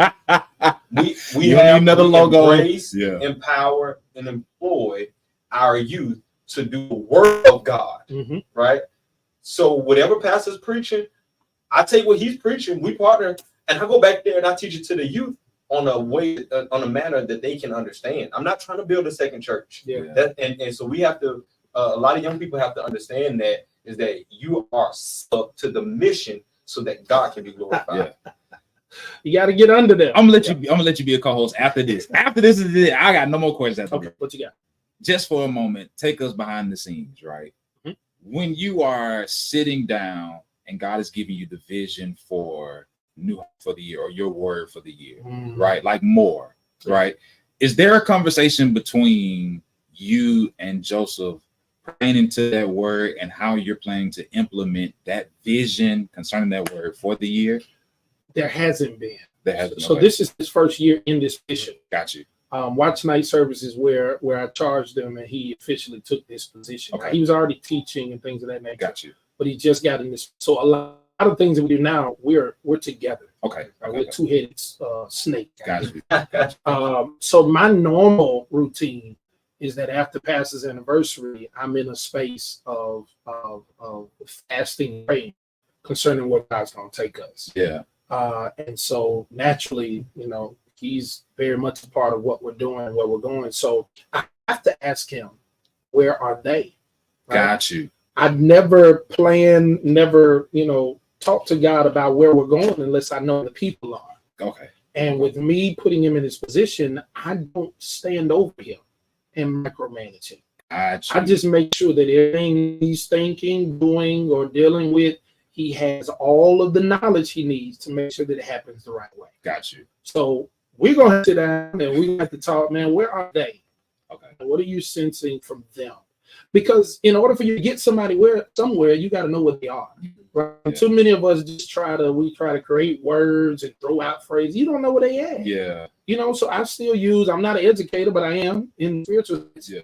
I use that same conversation. I used to love math. They'd always give you a test when you got to a new math subject, so that or level or grade, right? Degree. Yeah. And it was to assess what you learned in the last class. Absolutely. And push you forward. They legit walk around and say, there's some stuff in this test that you will not know at all. Yep. But we want you to do the best that you can, because Yeah. they want to see where you are. Right. Right. And so that's what we have to do. Yeah. Where are the people? Where are they? Now, where is God telling us to lead them? That's right. Man. How do we do that? Yeah. Now we asking God for scripture.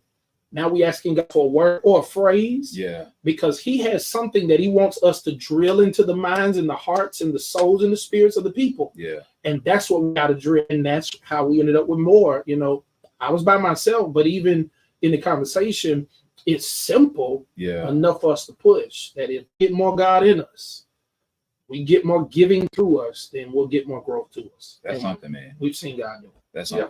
Because it's unique in our context, like in the city of Montgomery, to Absolutely. see a pastor who's in his prime, in his mid-30s, right? A next gen pastor, aka youth pastor, for those who are just not tuning in and don't know the next gen and you missed the definition, right? Who's in his 20s, up and coming. But he's just getting started. Yeah. That's the part that And it's a blessing to see how this is working. because he finna have to get a college campus. For real. It's he got work on him. Absolutely. Right. And that's just the man, we try to do our part. Yeah. We're trying to do our part. And I think if all of us can put our hand in, Yeah. we stop playing hokey pokey, the world will be a better place. Absolutely. And so that's how we doing, man. I don't know if 30 is my prime. I don't know what my prime is, bro. You know, I'm just out here doing what God tells me, man, and hoping that He'll bless my efforts. Yeah. And prayerfully at some point, we'll see the level of togetherness that we need for the kingdom to do what the kingdom's. Because OGs will tell us that's like your prime years, your 30s and 40s. That's what I've heard. Now, let's be honest. I've heard. Let's be honest. A lot of your OGs gonna change the prime year too. It's gonna keep moving. They start hollering like They start hollering 40. 40 new 20. Don't do it. Don't do it like that. Don't do it like that. Don't do it like that. Don't do it like that. No, that's it though, man. His level of servitude, his ability, he understands. He has emotional EQ. He has relational IQ. Excuse me. That's important. It matters. That emotional IQ is like, and his intelligence, man. yeah. He understands that he's not building another platform, and he's not auditioning if I tell him to do something. I call him to do something. He's legitimately reiterating what I already said. What allows you to remain? You the next person. I'm done. I'm gonna turn my mic off. I'm turning it off. I'm done. Go. You got after this. I think first and foremost, and I say this a lot jokingly, but it was beat into me, right? So when you train up a child in the way they should go, they don't depart. And that scripture, my dad taught me how to serve. Gotcha. He taught me how to remain humble. And prior before the fall, so when you understand how to be humble, you understand your identity, you understand your purpose. Yeah. You know, in due time, God will exalt you because of your humility. Absolutely. Right. And so I know that this is not all that God has in store, but this is the assignment that He has for now. Yeah. And so how do I serve well now so that He will honor me in my next? Right. And a lot of people don't understand that. And again, playing your role. What is your role? Because if you're not on the basketball team, you can't be number 5 trying to play 1. That's true. That's I true. need you to be number 5. Yeah, for a reason. You're gonna mess up the team. For a reason. Yeah. We can't win games if you're going to try to be number 1. Right. You need to be number 1. Yeah. Right. Yeah. So again, even in ministry, it's the same concept. Yeah. I don't try to go into other lanes that I'm not the worship leader. I'm not Ken. I'm not DeMarcus. I'm not chairman. I'm not the sound man. Now, if Pastor asks me, hey, what do you think about this? I may say a few words if they come ask, but then I go back to what is my assignment. And my dad taught us that early on. Everything don't need your opinion. Shut your mouth. If you sit in a room and you sit at the table, they're talking about something, shut up. Wow. It's okay not to give your opinion. Yeah. But if they ask you, you say, well, you know, this is what I think about. And you don't gotta vomit everything. Just say, and then that's it. Man. Man. Heavy. You're back to being a co-host. Well, now, man, I'm really full because I think the reality is that more of our churches need someone to speak to the youth. Absolutely. More of our churches, more of our pastors have to find the way to get out of the way and allow other people to be a blessing to their church. And that's not an indictment. It's just the reality that if we're living in a city where it seems as though the young people aren't allowing, a level head to prevail. If there's more shooting, if there's more killings, if there's more issues, crime, whatever it may be, then the church has to do something. Yeah. And we can't keep sitting back just hollering, we praying. Right. We need your prayer to have some arms and some legs. We need you to get up and do something. Absolutely. I understand, we have all these initiatives and we're walking in the streets praying. We're pleading the blood of Jesus. There's nothing wrong with that. But when are we going to make room for them in our church? And that's what we got to talk about. And there's a lot of people who will say, well, there's plenty of room in the church because my pews aren't full. That's not the room they need. Right. They need their own environment. That's a tough conversation to have. Bro, they need their own environment. And that's what I learned. Like, these kids are learning from me, but every sermon does not fit what they're dealing with because their worldview is totally different than ours. Right. Yeah. So let's put them somewhere else. Let's give them, I don't care if you got a closet, whatever. Let them be there. Let them have the conversation. And it means a lot to me because that's how Sunday school was for me when I was younger. Wow. I was at Sunday school and we had our own space, and they allowed us to have men's Sunday school and women's Sunday school. And I was a young lad in men's Sunday school. Yeah. And my great uncle at the time, he was around like 90 something. He started telling the story about how he got so mad at his sergeant in the army, he put sugar in his tank. I said, Uncle Junior, not you. You know, he was like, I put that sugar in his tank, he can go nowhere. He was just laughing and chuckling. I was like, no, so you bad too? You know what I'm saying?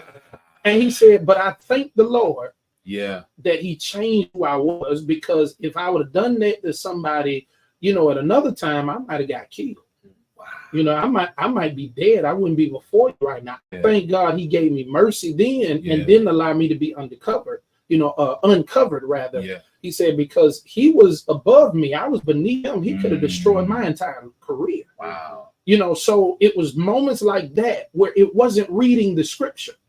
It was moments like that where it wasn't someone adding these colloquialisms that we use about church. It wasn't no too blessed to be stressed. It wasn't no none of that. It was him telling me that he also wanted to get some get back at some point too. Wow. And I said, wow. Life conversations. If he dealt with that and I know I dealt with that, then maybe, you know, I can look at things a little different. Man. And I'll say this too, Pastor. I think more now than ever, it's time for the church to unify, because the only place that's segregated is the church. Absolutely. Because these kids school together, right? We got babies in our young saints that go, they're at T.S. Morris, they're at Wilson. So people think just because we're in Wall that we're only getting Pike Road and Mays community. We got Mount Mays. We're not over in Mount Mays. I think we're just getting those kids from everywhere. Yeah. Right. You know, and the same is with the different churches. These kids, they go to school together, and the parents, they work together. Yeah. The parents have all kids' games together. The parents are at the bar together, right? But the only exception at the church, and it's because, I want my church to have a name, and you know, and I don't want them to come together. It's more important now that we come together. Absolutely. It's such an interesting conversation, because oftentimes parents are making decisions based on where they're going to worship based off of what churches have to offer for their kids. You know, that's a whole nother thing too. Yeah. And just transparently, one of the things that we saw was Church of the Highlands brought a lot of attention to the youth program. Yes, they did. And the rest of our churches, and our predominantly black churches, still continue to. Right. We sat back and we ostracized and criticized. And we had problems with people. Right. And the cafe wasn't even the thing they kept. They got an Easter bunny on Easter. You know what I'm saying? And then we had all of this scrutiny. We always talking about folks. But we didn't mobilize. We never learned from people. Yeah. And so no, we ain't here with no bunny hopping around in New Home. Yeah. But we had to create a space for them to feel like this is my church. Yes. These kids are happy. I mean, they jump out the car running. Like, slow down. You need to bring your parents with you. They have to sign you in. Once they sign you in, they'll get a sticker, right? Like, he had to do all of that because they didn't know whose children they were. They just running in. They're happy. Oh, man. Because they get their own experience when it comes to church. And so I'm with it. I really think, you know, the big thing most people don't understand is, as you try to look at the sauce, man, you got to realize it's a movement, dog. It's a movement. It's a movement, man. And don't nobody care if your youth department has young saints or kingdom kids. Those are universal terms. Absolutely. This is not a New Home thing. This is a church thing that all of us need to get. Yeah. These young folk need the Lord now, not later. Yeah. So we got to get started. I mean, when you get young saints on social media posting on Facebook talking about, I can't wait for my church trip. Me making for church trip. Point of view, me waiting for Sunday. Like, it's like, we're doing something. We're doing something. See, Tamika Parker said, she said, that's how the Parkers confirm their place of worship, our kids. Man, it's serious though. But like that, like these are honest conversations. Like, it's not just about, you know, how well the pastor can preach or any of that. A lot of times parents are looking for, what are my kids going to get out of this? Absolutely. And sometimes the parents will love a church, love the pastor, love how they get in the word, and will be growing. But if their kids are saying, "Mama, Daddy, we want to go here, we want to go here, we want to go here," eventually, Mama and Daddy are not just going to send them over there; they're going to go with them. Absolutely. Over there. That's Absolutely. Yeah, because the preacher's preaching style is not all of it. Right? That's never all of it. I mean, everybody got style. Yeah. And style to some people means more than even their substance, right? But I think the big thing is the opportunities for these families to grow together. And that's the part that really, really matters. It does. It does. What are y'all talking about at dinner after service? We're trying to shift that conversation to be about what happened in service. And so that's the narrative. Actually, this, and both of you all can chime in. I was going to let you be the host, but you got pulled. So I'll say this, is we're well over time, but they love us. They'll continue to buy with us. Right? And I got the GM with us. So, but anyways, the station manager. But so what would you all say then to pastors who are listening to us right now, and they have a desire to get their youth ministry going, and believe you can speak to this, they may not have all the resources. We didn't either. Right. And they may not have a lot of youth, but they have desire to get youth involved. What would you say to them? Embrace, empower, employ. That's our mission statement. That's all it is. Where are they? Embrace them where they are. Where are they spiritually? Empower them with the word of God. And then room, give opportunities for them to be employed to do the works of God. That's all it is, bro. We embrace everyone, especially those people. They mad, they still get a hug.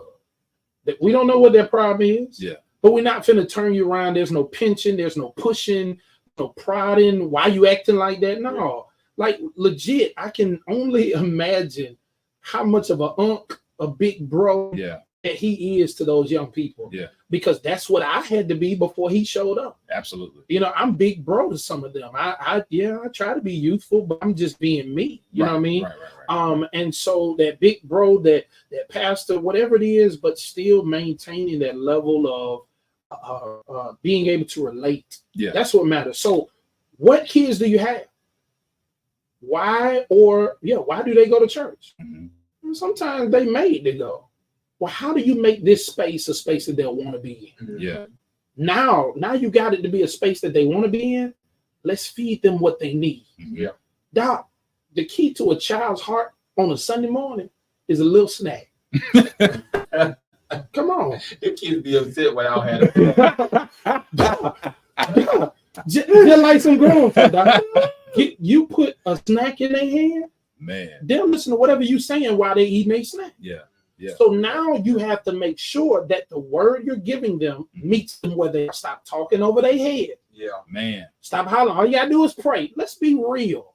Let's be real, relevant, and righteous. Absolutely. Watch them start taking. That means they don't need a 3-point sermon. They need a principle that's taught to them, and you show them that when you work this principle, this will be the result. Absolutely. Now they leave and they try, and now they trust you even more. That's what I say. Go ahead. I'll say, really, it's a piggyback of what he said. But relevance. When you're relevant and real, and I'm gonna go ahead and cut the elephant in the room and the snake by the head. A lot of pastors think it takes money. It's not about your budget. Wow. Let me tell you, pastors, you don't need the LED screen. Nope. You don't need the creative light. Hold on, say that again. You don't need the LED screen. One more time. You don't need the LED screen. Thank you, sir. You don't need the light. You don't need the all smoke. The smoke and stuff. It's cool, but the young saints, we had 50 teenagers meeting in our workout room. And inviting other teenagers to come. Not even a good space. We just put them in a nice build, in a nice modular where we decorate out for them, and it's still not complete. And we're still running out of space. They're still inviting more teenagers. We're not even talking about the babies, how they're running out of the like, in the heck are we gonna put these babies? They keep having babies. Keep having babies. But I'm talking about our junior high and high school students. Yeah. They're comfortable. They don't need all the LED screens. Man. But if you're relevant, Yeah. and you're real, Yeah. and you're teaching Yeah. them the word of God and how it's applicable. Yeah. I had one of my young saints to tell me, he said, I don't even fuss with my mom like I used to, and I have a better relationship with my dad because you taught me how to control my tongue. You taught me how Wow. to respond in certain situations. I just take, like I said, they don't need three points. Yeah. So I'll yeah. give them 1 point this Sunday, and we'll go to the next point next Sunday. Yeah. But today, I just want you to understand, how do you respond when your mom says X, Y, and Z? Yeah. Yeah. Right. And yeah. this is what we're gonna break down. And this is how you should do X, Y, and Z. And so that way we're now building that relationship, you're building trust, you're being relevant. And you don't have to spend money to do that. And you mean them where they are, man. Yes. And I mean, you know, why do people You just think help it somebody with takes that. all that money? Yeah, like you just help somebody with that. And because you've been outgrowing this space for about 2 years, it feel like. Yes. And it's like, we ain't got no space. We got to do something. And JT, how did it go Sunday? Man, it was good. I mean, it was 2 minutes in a room and we had to do X, Y, Z. And it's hard to keep their attention because it's weights right there and it's this right there. And it's like, man. Yeah. So what we going to do? And God bless us to get a modular building. So now they have what we call the shed Okay. in the back, and they get to chill in their own space, in their own environment, you Yeah. know. And that was for me. I was like, Doc, you know, I don't know what they like, you know. So you make it look like something they gonna like. But the budget part, I think, was freeing for a lot of pastors I hope so. and ministry leaders. I hope so. Right? Because too many of us throw money at stuff, and the money don't make a difference. And we use it as an excuse as to why we're not doing instead of making adjustments so that we can do.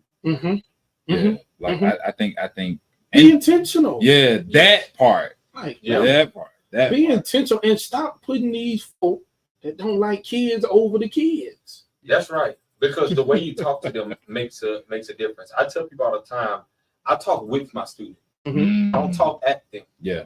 So I tell them, you're gonna respect me, you're going to love me, and we're going to have fun. Wow. But we can't have fun if you don't do the first two. Yeah. Right. Yeah. So I'm young, but I ain't crazy. So I'm gonna get jiggy with you if you want me to. If that's what you want me to do. Right. So you gotta respect me, but I'm gonna do. The word tells us, don't provoke them to wrath. Mm. So I talk with them. How can this conversation be? Okay, what could you have done better? Yeah. All right. How could you have said that better? Okay, I'm not negating your feelings, but what? How can we have handled it better? And then they're like, okay, I'm sorry, I could have did that. Thank you. That's what I want you to say. And I'm gonna tell you the blessing now. Yeah. I'm gonna tell you the blessing Yeah, from my purview. This is the blessing. When I can receive a call to notify me of something, but it's already been happening. Man. Whether it's a child or whether it's a teenager, he's already on it. You know what I mean? Man. And that's the great. God does everything on purpose. Yeah. While our church was growing, he brought someone who could handle a side that I don't have to put my hands on. Yeah. And I know that it's going well, Yeah. right? At a time when I'm so busy in moments, I'm like, Doc, you're going to have to teach this lesson, or you have to jump on Friday fulfillment like he did this morning because I was out of town. And he jumps on and he crushes it. And it's off like, you know, I got to go get some breakfast. I don't want to sleep. I mean, he crushes Friday fulfillment. He's like, all right, you already know it. It's another new home, a strong production. It's your boy. We out of here. Peace. Click. I said, no. But I love it, man, because it's necessary. And your kids, they need someone they can relate to. Absolutely. They need someone who's going to still hold them to a standard. Yeah. They need someone who is going to make sure that they get the word. Yeah. That is something we need. And so I would say, and I'm going to let you speak to them too, I would say to every young preacher, make sure that you're submitted, make sure that you're respectful. Stop looking for opportunities to do something that somebody else already is occupying, and do what somebody is not doing. Yeah. Other churches are struggling with the few children that they have. That's a good opportunity for you to make your mark. Please, young preacher, hear me. Act your age. Yeah. Your age.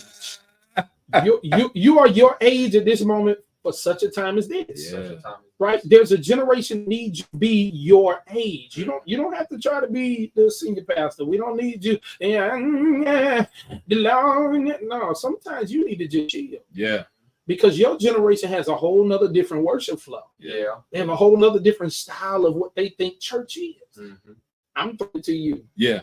I will piggyback because Huntley told me that one time I went to go minister, and Huntley, he said, "Boy, they told me you went down there and said first giving honor to God." And I said, "Yeah, Pastor, I gave honor to you for letting me go." He said, "Now I want you to go home and I want you to study. How are you going to relate to the people?" He said, "Be Joseph. For you. Be you. If you're gonna wear your ripped jeans, wear your ripped jeans." Now I don't wear them too crazy, but I got my knees out today. So I may get up there with some ripped jeans. Sunday I had on a jersey and some stacked jeans, right? Got you. So then I can't hoop like Pastor. I'm not gonna get up there. Yeah. But I was able to have a conversation and talk. That's my preacher style. Yeah. That bring everybody together. Yeah. So that the young saints that were behind me, the babies that were on the floor, and the parents can all receive the word of God to the point the whole church was laughing when I brought the babies in. They were singing big bag, big bag. Being able to do that. Yeah. Like they're not going to listen to me hoop for 30 minutes. You know what you're doing. But if I can bring everybody together because I'm confident in who God has called me to be, then you can reach everybody. Yeah. We gotta go. Let's get off of here. I got here late It's and been real good. they just held it so I could say my piece. Yeah, man. You know, you had the president escort coming in. You know, spin the block. But I do want to shout out Miss Patrice. She hit me up. She is a daughter of one of my members, and she said, "Good afternoon. Awesome message today. Very inspiring. As they say, that's what's up. I'm no longer hip but trying." So major shouts out to her and to all of the pastors and youth pastors and ministry leaders who have a desire for your youth ministry. Stick with it. Keep being prayerful, but don't allow what you don't have to be an excuse for you not trying and utilizing what you have. What did God tell Moses? Use what's in your hand. Yeah. What did he do with David against Goliath? Right. Use what's in your hand. You understand what I'm saying? Same thing with Noah. Use what's in your hand. It is. And so a lot of times you'll be surprised when you really sit down and evaluate what you have. You have a lot to get started and you have a lot to do what's needed and necessary in your context. Yeah, absolutely. And so that's one of the things that I took away from listening to you all converse, and even in this conversation, is understand what you have, understand who you have, know where they are, and utilize what you have and who you have to help them get to where they need to be. Yeah, absolutely. And that's principle. Man. It matters. That's a principle. It matters. That's a principle. So listen, y'all keep it locked. We got some commercials that we're gonna definitely have to play. So me and Pastor Levy won't get fired. And we'll be back next Friday with Straight Church. No days. Next gen. You can have me whenever. Hey, he's free now. I'm free now. I ain't going too far. I don't do that. Ain't no more school. He ain't got nothing to do. I know, right? All right. So we'll definitely have you back soon and very, very soon. So listen, family, y'all keep it locked. We love you. Sunday's coming. Make sure you get up and go to church. If you don't have a church home to go to, if nobody has invited you to church, there are 2 churches, 3 pastors in the room, but 2 churches here. We would love to see you at either one. You can get up Sunday morning, go to New Home Mount Meigs. Come through. 8 and 10. 8 and 10 o'clock. What's the address? 11015 Jones Road, Montgomery, Alabama 36117. There it is. Can't make the New Home. Stop by Restoration Church. We'd love to see you. Get over there. 164 East South Boulevard. Between South Court Street, Norman Bridge Road. You have no excuse. You invite 2 churches. Yeah. By 2 pastors. We want to see you. Show up. All right, fam. That's it. We out. Family. Thank y'all for sticking with us. Y'all wave at them, fellas. We got to get Yeah, we out. Peace. Go Lakers. No. Go. Don't do that. Don't do that. Don't do that. Go where? Stop being a hater. Where the Lakers going? Stop They hating, in- man. What they in? The Super Bowl? No. Right now they in the LeBron sweepstakes.